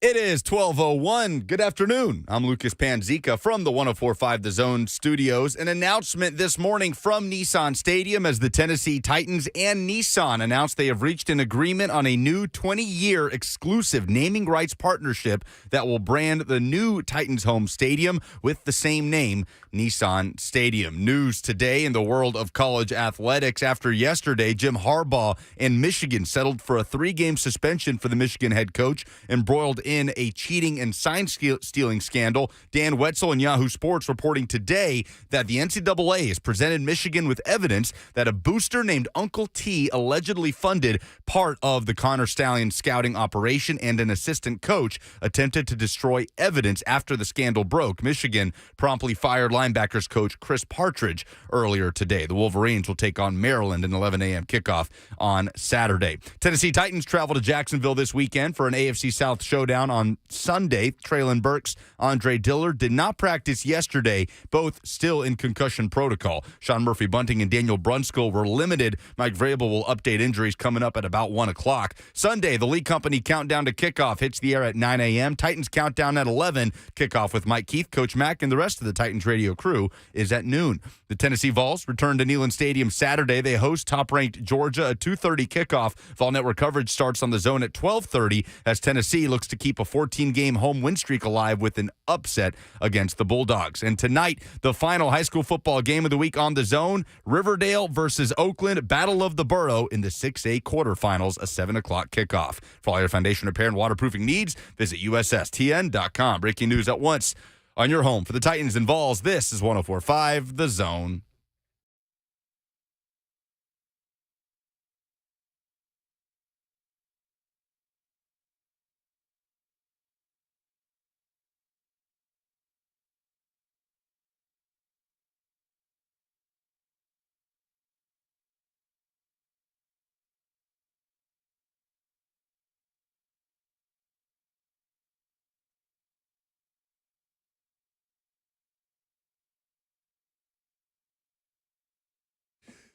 Final hour on this Friday. Feeling good? Phone lines are loaded. We'll get to him here in just a second. Lucas is back there making it go. Lucas, do you have the sound on your phone on? Like my notifications? Yes. Do you have the sound for the notifications on your phone on? Yes, now I do. Okay. Well, keep that close to the microphone because we will require the people to hear something here in just a little bit. 615-737-1045 is the number if you would like to get involved. As I said, you can do so. Also in the F&M Bank chat, where people like Anthony says, I want Buck to acknowledge the chat more. Well, I've just acknowledged the chat more. Continue on with your day. We have the difference a year makes to talk about because we are a year removed from the Tennessee Titans winning their last road game. It was November 17th, 2022, when Lucas and I traveled to Green Bay, Wisconsin for a Thursday night football game. We will go through why this year that we have spent feels so different, or at least now how different things feel a year removed from that date here in just a little bit. But I have a bad feeling. I have a bad feeling in my stomach. Because when we were putting together, and I don't do game predictions. I'm not interested in doing game predictions. I think they're stupid. But I cannot for the life of me shake this feeling, Lucas, that I think this godforsaken football team, these Tennessee Titans, I think they're going to go to Jacksonville and I think they're going to win a game this weekend. And I can't explain it. Everything about my training, everything about who I am personally, tells me that I should not feel the way that I feel about this football team. Because there's no reason to. There's no reason that they should win a game on the road. There's no reason that they should beat the team that's one of the best in the AFC. There's no reason that they should beat the team that is currently leading their division and by a decent margin right now.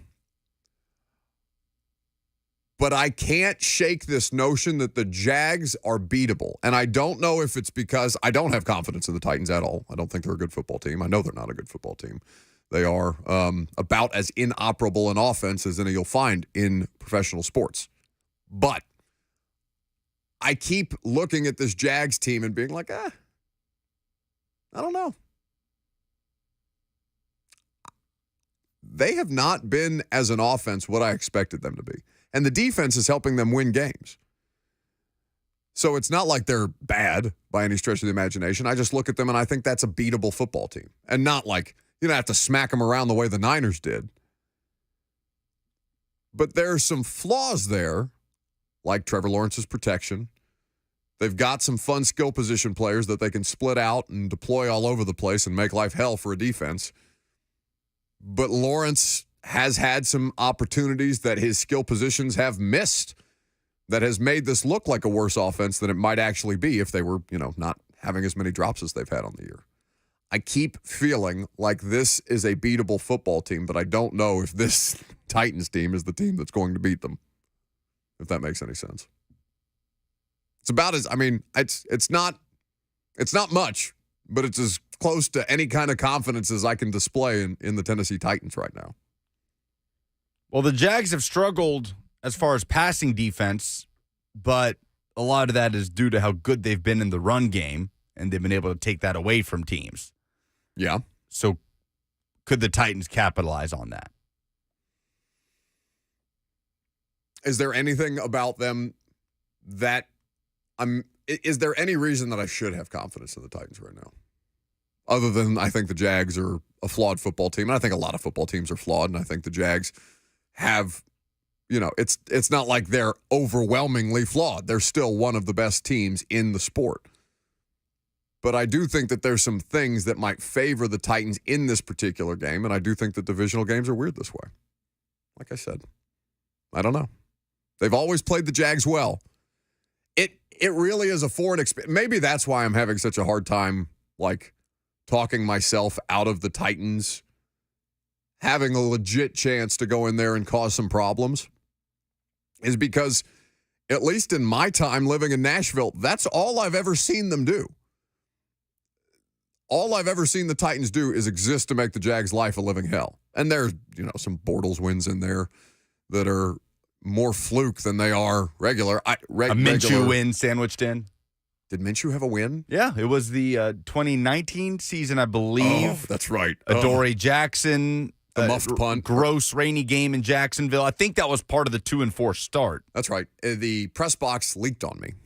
Me and Eric Bacharach, who was working at the Tennessee and Teron Davenport, you couldn't see out the windows of the press box because Jacksonville is an actual swamp and the whole thing fogs up when it rains. So you couldn't see. You needed windshield wipers in the press box. But all I've seen the Titans do is make the Jags' life a living hell. And so the idea of that not even being a possibility in this game just seems so foreign to me that I can't wrap my head around it. Maybe I should. At some point, what you've done in past matchups means absolutely nothing. Each game is an individual sample size unto itself, and just because you've enjoyed a run of success against the Jags doesn't give you any business doing so again this coming Sunday. But I don't know. There's just that weird feeling that I have. 615-737-1045 is how you get into all of these people want to come up with Uncle T's. That's pretty funny. With the Michigan scandal. Do we have any more developments, any more breaking news? Have they fired anybody else as they tried to sacrifice actual coaching bodies to avoid a suspension or probably worse? No, other than Tim Allen being the one to orchestrate this whole deal. We have not learned anything new. Again, reckless speculation. Lucas is not reporting that the person most famous for playing Santa Claus is, in fact, Uncle T, who's got all kinds of bags of money. What is Joseph saying? Dan Wetzel had to tweet out, I can report, along with Ross Dellinger, that Michigan booster Uncle T is not Tom Brady. Carry on, he says. Shame. That would have been great. What a pity. Rob is in Columbia. Who's Uncle T? Uncle T is Tom Monahan, Domino's Pizza, headquartered and founded in Ann Arbor. Ooh. Spread money around Ann Arbor for years. Was once removed from Barton Hills Country Club for landing his helicopter on the 18th fairway. That's not true. That is true. That's incredible. Tom Monahan, is that what he said? Yes, he's 86 years old. Oh, perfect. Born in Ann Arbor, Michigan alum, founded Domino's Pizza in 1960. He owned the Detroit Tigers from 1983 to 1992.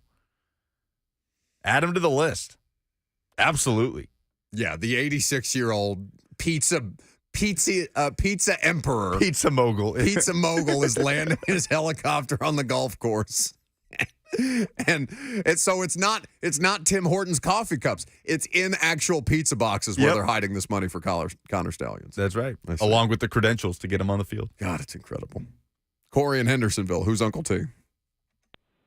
Well, I'm going to tell you who Uncle T is not, and it's not Taylor Lewan for one simple reason, because he doesn't go by Uncle, he goes by Daddy. That's fair. His ego is such that he would not he would correct them if they tried to call him Uncle Taylor, Uncle T. Yeah, but when you're someone's dad, can't you also be someone's uncle? That's true. You're allowing him a lot more nuance than I think we should. My dad is an uncle. I have cousins. What are we going to do? Be so quick to rule it out. We're going to do the family genealogy again. That's not why I'm ruling Lewan out. It's because Lewan can't be subtle, and he'd be the one telling everybody that he was the person hiding money in pizza boxes or Tim Hortons coffee cups. He's not. He can't be under the radar. It's impossible for him. Terry in Goodlettsville, who's Uncle T? Well, I wish it was me, because I'd sure take credit for it, burning Michigan like that. But I'm an unfortunate position to be a Nebraska fan and a Titan fan. Oof. So my Saturdays and Sundays have been pretty brutal here the past few years. Bless you. But I have a brother-in-law from Michigan coming in for Thanksgiving next week, and I cannot wait because I have heard it from him for the last 3 years. And long-time season ticket holder at Nebraska, still go to quite a few of the games. And I'll be honest, the Purdue game when I was there, after this story broke, I was a little nervous. Our seats were about 8 rows behind the Nebraska bench, and I had my sunglasses on, and I was afraid I was going to get accused of something.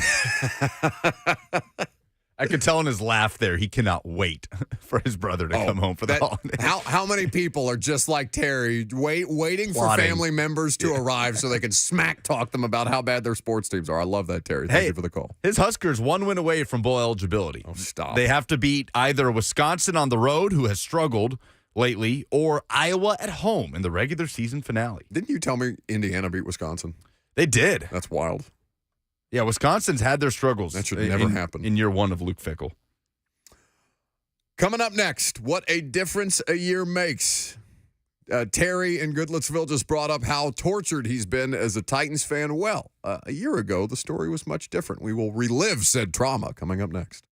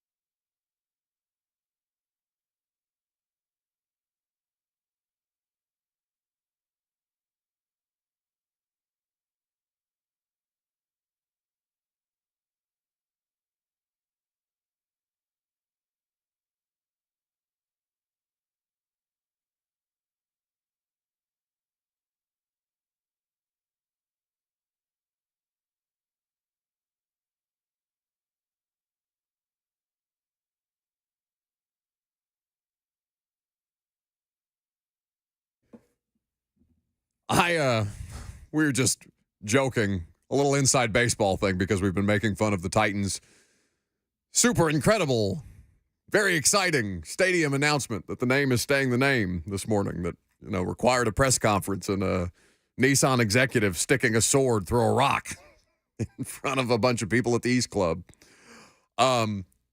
We haven't talked about the fact that a lot of Titans fans are understandably annoyed that apparently you guys, and I haven't seen the entirety of the email, and if somebody wanted to tweet that to us, that'd be fine, at Buck Rising.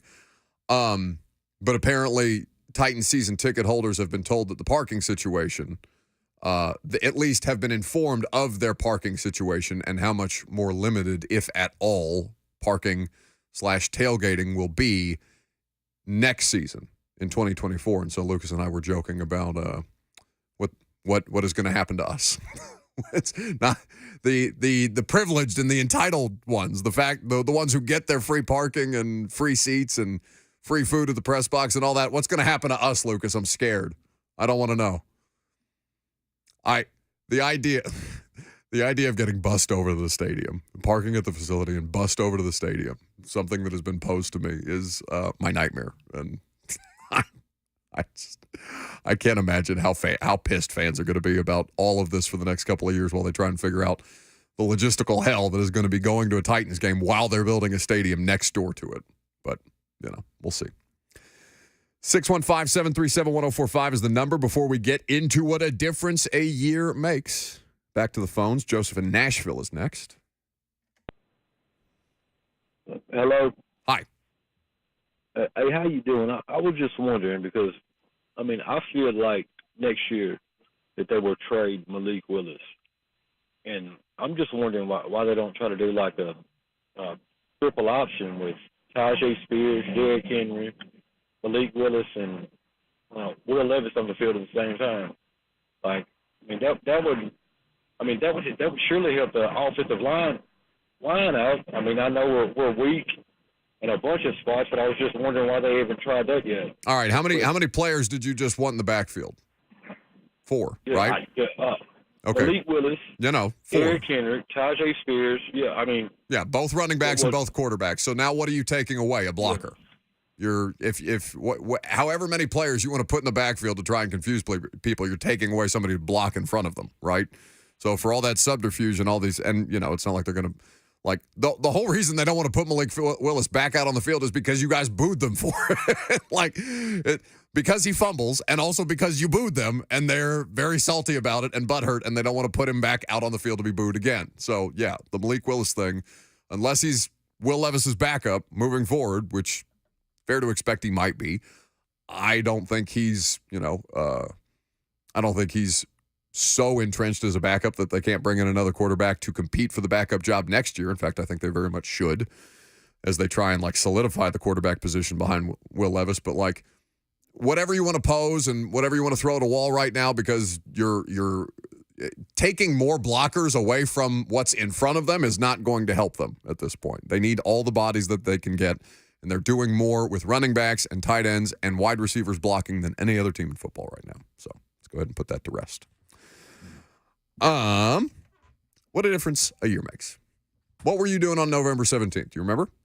Yeah, this morning, my phone every once in a while will give me notifications on 1 year ago today. And I don't know. I never set it up that way, but it'll just give me a little notification. So it's just like an iPhone thing? Yeah. I've had people get the Facebook memories thing, right? I haven't opened my Facebook in I don't know how many months. Bless you. But it'll just be a picture I took or something.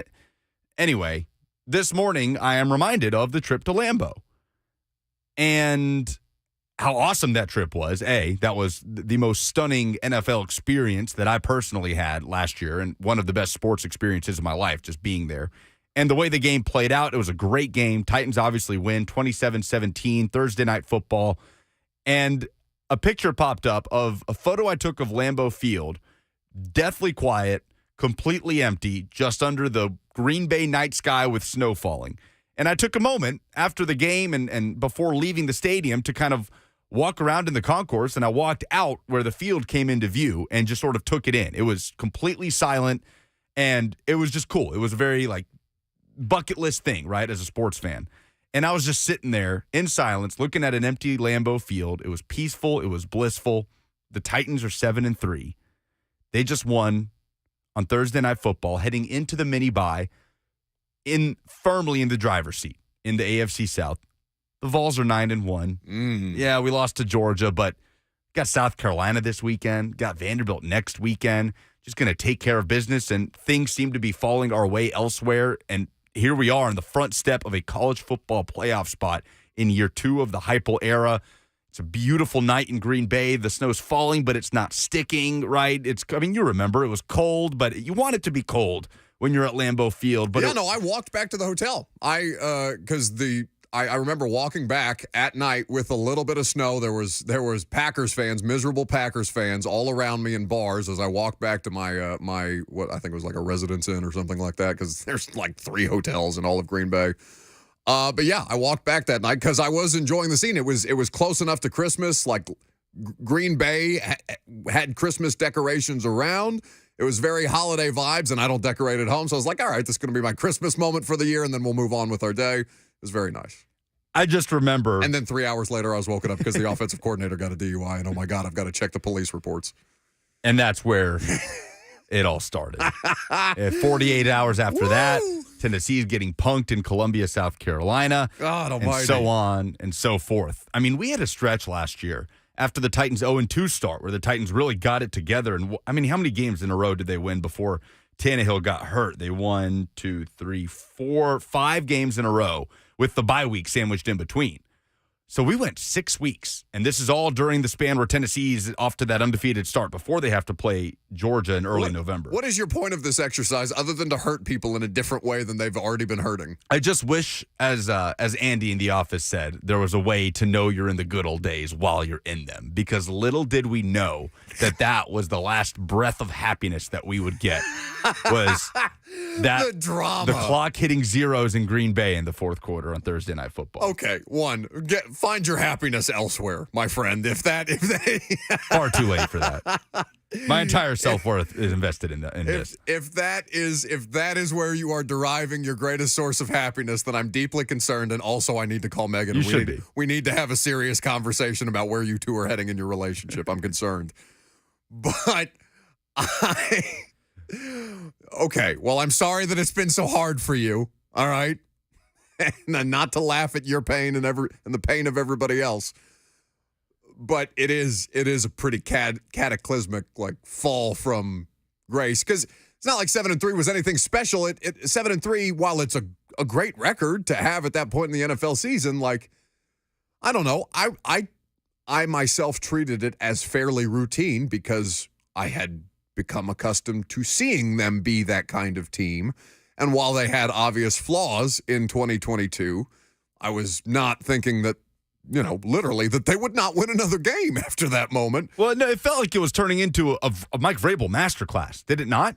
That this team, with the lack of weapons they have on the outside, the injuries they are continuing to deal with, the complaints didn't stop about Todd Downing that season, right? That Green Bay game was a revelation as far as play calling, but the 0-2 start, I mean, things felt as grim as they ever had after that Buffalo game, did they not? Where you're 0-2 and you just got blown out in Buffalo. Yeah, I think my the thing that I wrote for AtoZSports.com that night was we had bought the lie that they sold us or something like that after Buffalo. It was so bad. Then they win, 7 of their next 8 after that 0-2 start, and there they are at 7-3, and Mike Vrabel is putting together an incredible coaching job where it looks like the AFC South is completely in grasp. It's just crazy the difference that a year can make. This goes for Vanderbilt, too, by the way, because Vanderbilt beat Kentucky that next weekend and then beat Florida November 19th. And then since then they've lost 10 straight games. Oh, God.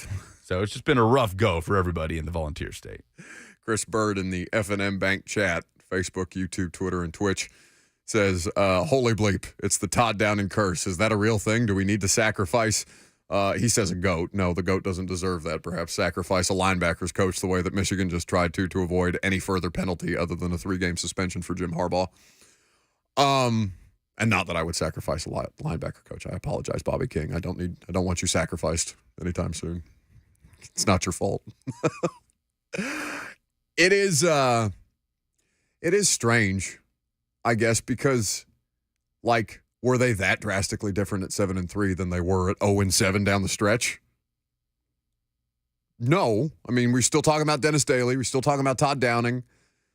The difference was the quarterback got hurt. Yeah. And everything went to hell. But by that point, they had already survived the initial Tannehill injury. And, you know, he ended up getting hurt, about a month later? I think Chargers was like around December 15th. That was 16th. mid-December, yes. I remember it because it was on the day of the World Cup final. Ryan Tannehill had missed those 2 games against Kansas City and Houston before that Green Bay game. That Kansas City game was their only loss during that run where they almost won it. They almost won on Sunday Night Football at Arrowhead. It's true. That's probably the most, like, frustrated I've ever been watching a Titans game is how badly everything else went around Malik. And, like, those opportunities were there. Now, by the time they got the ball in overtime and Mahomes and them had just driven down the field and kicked the field goal, like, I didn't think there was any chance that they would actually win the football game when they got the ball back. He couldn't operate their passing game, and that was clear and obvious. But the chances that they did have, like, was his Will Levis moment, Houston, where they just ran all over the Texans? What do you mean his Will Levis moment? Like his Levis NFL, against Atlanta? No, yeah, Levis against Atlanta, where... No. Derrick Henry ran for, 230 yards? I know. How many passes did Malik attempt in that game? There was 1 forward pass in the second half. Right. So, no. It wasn't Will Levis doing things that only 2 other rookie quarterbacks in NFL history had done. Sure. I'm just grading on a scale of rookie debuts around here, and I know it wasn't his debut outright because he had to play in that Colts game, but, you know. There's a lot of... So let's just take it case by case, all right? What has happened to the Tennessee Titans since then? And is that a product of something that could they have immediately staved off? Like, could they have, in one offseason, staved off this? This is the product of several years of, we'll call it roster rot. If we're doing BVS for Vols fans, we'll do roster rot as a different kind of symptom that needs treating for Titans fans. This is the product of 3 years, basically, of roster rot that you saw start to bubble up last year. You saw the depth fall off a cliff in 2021, even though they were still piecing and constructing a football team on a weekly basis to put out there and try and win games at New England or whomever they were, signing that week on a Thursday and heading into their next game with on a Sunday.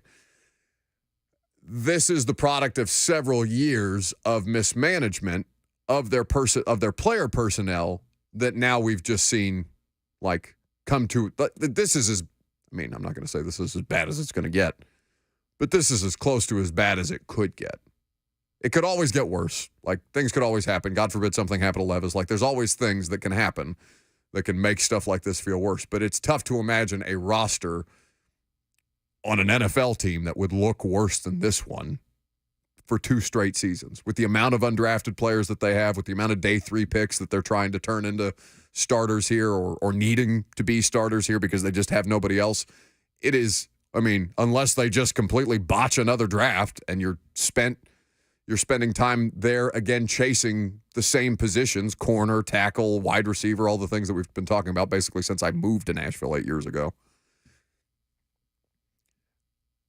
And with the Vols, it's more a product of, you had a great moment in time, and the rest of this is going to take some time for you to build back up too. Like, they're not the same kind of trajectories here, where the Titans were in a state of decay. And now I think we are at the point where this thing has rotted, or is rotting actively, because we're still in the middle of a season. But with the Vols, you had the spark, you had the cosmos aligning a little bit, where you had the coach, you had the system, and the quarterback who hadn't done anything to date came in and was the guy that kind of pushed you over the hump. That was your Tannehill moment. The Vols Tannehill moment was Hendon Hooker in 2019 with Ryan Tannehill coming in on a good football team and pushing this over the top. That was the Vols last year with Hendon Hooker, it felt like. And that went a long way in building equity for Josh Heupel amongst this fan base. Sure. Because I wonder what the discussion would be around Heupel in Tennessee as a program if Tennessee had gone, had taken an extra step and gone from 7-5 in year one to 8-4 in year two, which was, if we're being honest with ourselves, the expectation going into the 2022 season. Oh, yeah. Right? There wouldn't have been any consternation or worry, really. It would have felt like, okay, we're just kind of ascending here. And then sitting here, staring down the barrel at 8-4, I still think there would be optimism looking forward to Nico, but I do think that is heightened by what you saw they were able to accomplish with guys that Heupel didn't even bring onto campus in 2022. So Mike Vrabel and the Titans built that equity with that 2019 run. And now it's gone. Is that equity among the fan base fading a little bit? Right. It is. Fading a little. Buddy, we just had somebody call in here and say, put 2 quarterbacks and 2 running backs in the backfield. Surely to God, that'll do something. Just making bleep up at this point. And, I can't outright dismiss them because I don't know what to tell you. They don't know what to tell you. I mean, they know what to tell you. They're going to tell you, well, they're out there fighting. And it doesn't matter if we don't win, but they're out there fighting. And I like that they fight. Okay, well, because somebody's asking, Johnson, I think is the name in the F&M Bank chat on YouTube. And what happened to the team mojo during this time period? It just feels like the team got sick of something about Vrabel at some point. No, it's got nothing to do with getting sick of Vrabel. They lose. They're not good enough to win. When you don't win, everybody is miserable. When you don't win, it's everybody's fault. When you don't win, it is assigned to you pick a flashpoint, you pick a lightning rod. Last year it was Todd Downing. Todd Downing's gone. Now what's your excuse? Okay, this year it's Mike Vrabel. Okay, it's not going to happen at the end of this year unless something really, really tragic happens to this football team in the next 8 weeks. Mike Vrabel is going to be here, but what happens if you get your wish? If you're somebody who wants Mike Vrabel gone and you continue to stink, what happens then? You just keep pointing fingers at individuals when either you understand and are just unwilling to accept that the problem currently doesn't have a solution, or you're just irrational with the way that you want this thing done and you fundamentally don't understand all the different problems that your football team has right now and you just want somebody to blame. And that's fine. You can do that. That's what keeps this particular industry in business. That kind of just blind rage by fans is what keeps sports talk radio going. So we thank you for it. But it's never just one person. The message falling on deaf ears in a locker room is not because the team stopped listening to Mike Vrabel. It's because they stink, and nothing they could say right now is going to make Andre Dillard play left tackle better.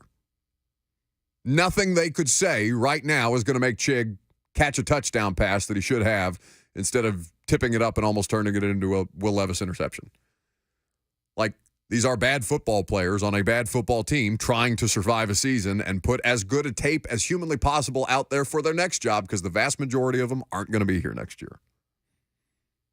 And then there's a quarterback that's just trying to survive it all and trying to be your future as best he can. That there's no immediate fixes for that.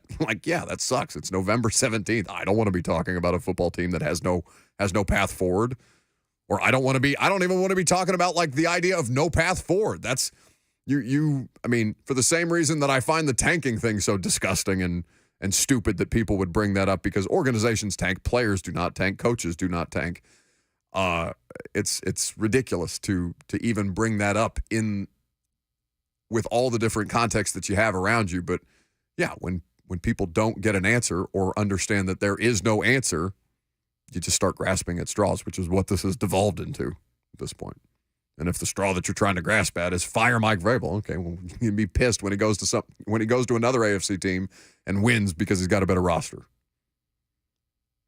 615-737-1045. Last call for phone calls. If you got them, we'll update some polls. We'll get you over to Blaine and Mickey. That's next.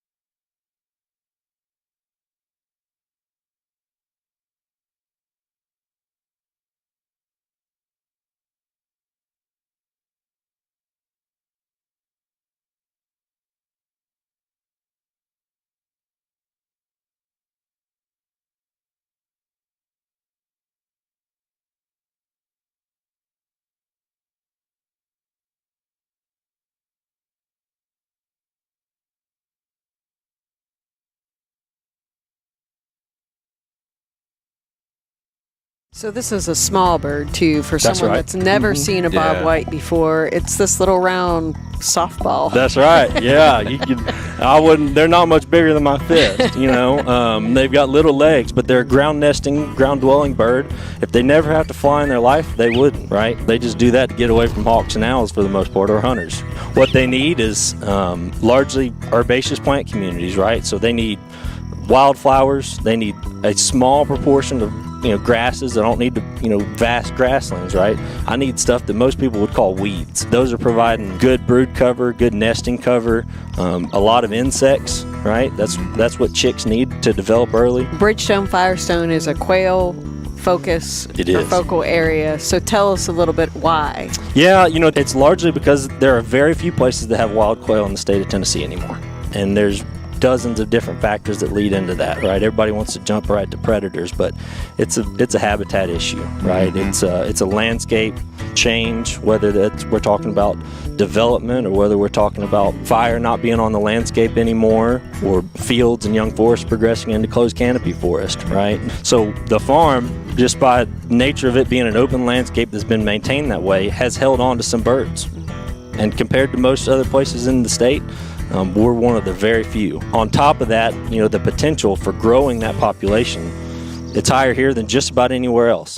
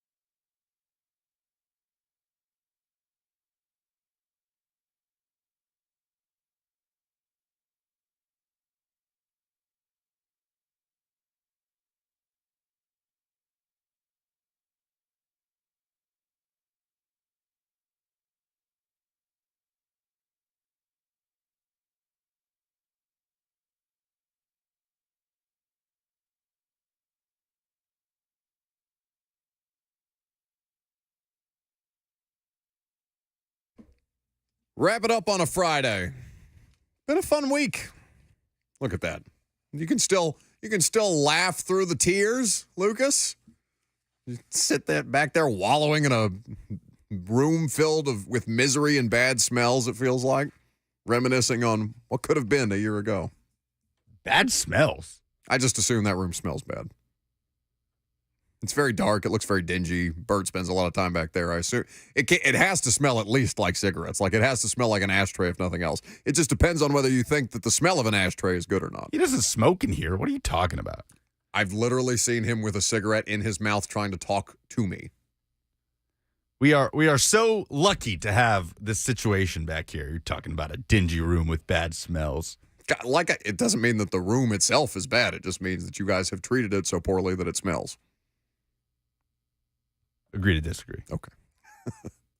What's happening on 104.5 The Zone tonight? We have high school football semifinals, yeah? Yes, big game. Big game in Murfreesboro. It's the Battle of the Borough, Riverdale and Oakland, a rematch. We had Braden Graham, the Riverdale quarterback, on the show following Riverdale's dramatic come-from-behind win over Oakland, snapped a long losing streak to the Patriots, who have formed a bit of a dynasty under Kevin Creasy. And Riverdale beat them in the regular season finale to win the region. Now, here we are with a much-anticipated rematch at Riverdale High School in the 6A quarterfinals. So Will Bowling and I have the call. We're on the air at 6:45. Kickoff is at 7, and then Joe Hunk will be operating the studio. And Friday Night Finals is going to end at 10 p.m. tonight instead of 11 because there's so many fewer games around the Mid-State. I mean, it's semifinals in D2, quarterfinals in D1. And tonight we're in 6A. So looking forward to it, man. This is going to be one of the hottest tickets in town when it comes to high school football this time of year. Buddy, I was in an LLS thing on, what was that, Tuesday night or Wednesday night? And the first thing that one of the other people wanted to talk about was high school football. The Battle of the Woods. Yeah, that's another big rematch. Yeah. Ravenwood and Brentwood. Brentwood undefeated. They've had an incredible season. Ravenwood has improved so much throughout the course of the season. And they're looking to avenge a regular season finale loss against their arch rivals. They fell 17-0 against Brentwood 3 weeks ago, and so they're going to try and travel to Brentwood and fight for a spot in the semifinals. So a lot of good games. CPA and FRA, that's the MyTV 30 game. So Sammy Kincaid, along with Max Hers and Bruno Reagan, will be there for that one. Another rematch from the regular season. This time of year is always fun, and this is kind of a threshold that a lot of coaches talk about. Okay, can we get to the point where we're practicing on Thanksgiving? Everybody wants to be practicing on Thanksgiving because that means you're getting ready for either a semifinal or a state championship game. So huge moment for these kids tonight, and we're looking forward to covering it. Well, good. You can hear that. Lucas and Will do a phenomenal job with high school football all year long, and certainly this is a kind of payoff for them too. So I know you guys enjoy listening to them on the calls. I know how much they enjoy doing the game. So it'll be a lot of fun, and certainly the kids enjoy the atmosphere as well. I felt very exposed at this LLS thing where I'm getting peppered about the Battle of the Woods, and I'm looking around for Lucas to somebody bail me out with my lack of local high school football knowledge. And I was just me. I had to just sit there and eat it. You should get out to some more high school football games. There's some great environments around the Mid-State. This is our last high school football broadcast of the year on The Zone. I'm not opposed. I mean, we should do something like, well, I guess there's not really a point in us doing it, like doing the show from a high school, like on a Friday to get like a game of the week or something like that when we're on from 10 to 1. That doesn't necessarily make a lot of sense, but I would be down to go at some point. Polls, please. Zoinks like, hey, Scoop, stop the count, stop the count. Yeah. The polls have closed. The votes are in. It's time for a poll update, Scoop. A poll update? Yeah. Zoinks, Scoop. Here's Buck Rising Show daily correspondent Lucas Panzica. Lucas Panzica? Yeah. On second thought, I just had the image of a 30-year-old attending a high school football game with no affiliation to the school, no affiliation to the children on the field, and having no children myself. I feel like that would be a weird environment for me to go to. Do people just go randomly to high school football games like that? I feel like I shouldn't do that. I don't think it's a problem. Find a buddy. Find a buddy to take with you. Go take in some high school football. The only person that I could talk into that is you, and you will be busy working a game. So by myself, I'm not going to go to a high school football game. What's the most positive story you've seen in sports this week? Friday Fire is always presented by Central Barbecue. After winning my bet, I will enjoy maybe some smoked turkey today from Central Barbecue, courtesy of Buck. Eldon says that the most someone will make up for a sideline report is that a team needs to get off the field on third downs. Yeah, we didn't talk about the Carissa Thompson thing. I mean, I'm not a sideline reporter. Dawn's traveling right now, so I didn't want to hit Dawn up and be like, hey, can you come talk about how ridiculous this whole story is?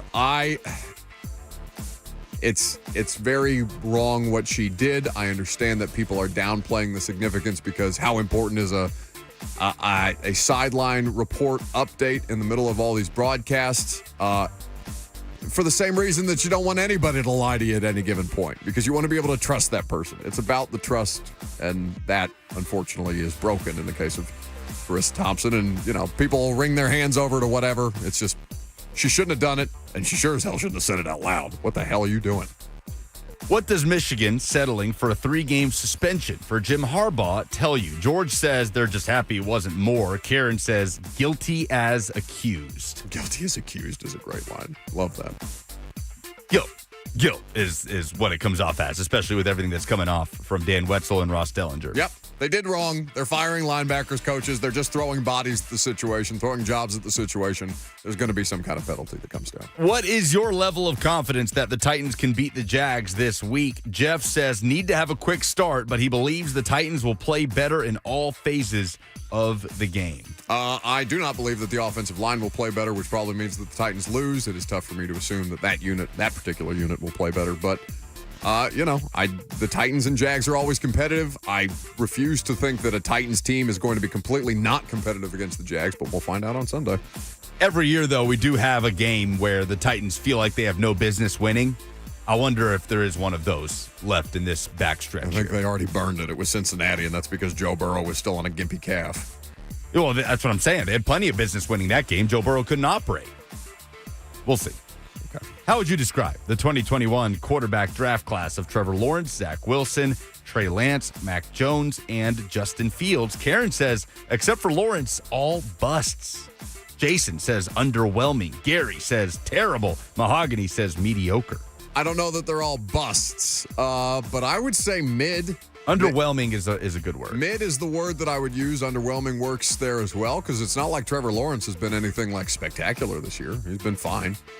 By the way, not spotted at practice per Jim Wyatt, Andre Dillard, Traylon Burks, and Luke Gifford for the Titans. So that's left tackle Dylan Radins, wide receiver Chris Moore, and another special teams player. Those the polls? Those the polls. Excellent. That's the show. Blaine and Mickey coming up next. They'll keep you entertained. 3HL after that. Enjoy your weekend, and I will talk to you next in Jacksonville Sunday morning for the Lee Company Countdown to Kickoff. We'll be on the air at 9 a.m. and then in the booth with Jimmy Wyatt at 11:45 Central Time, 15 minutes before this game kicks off. See you guys.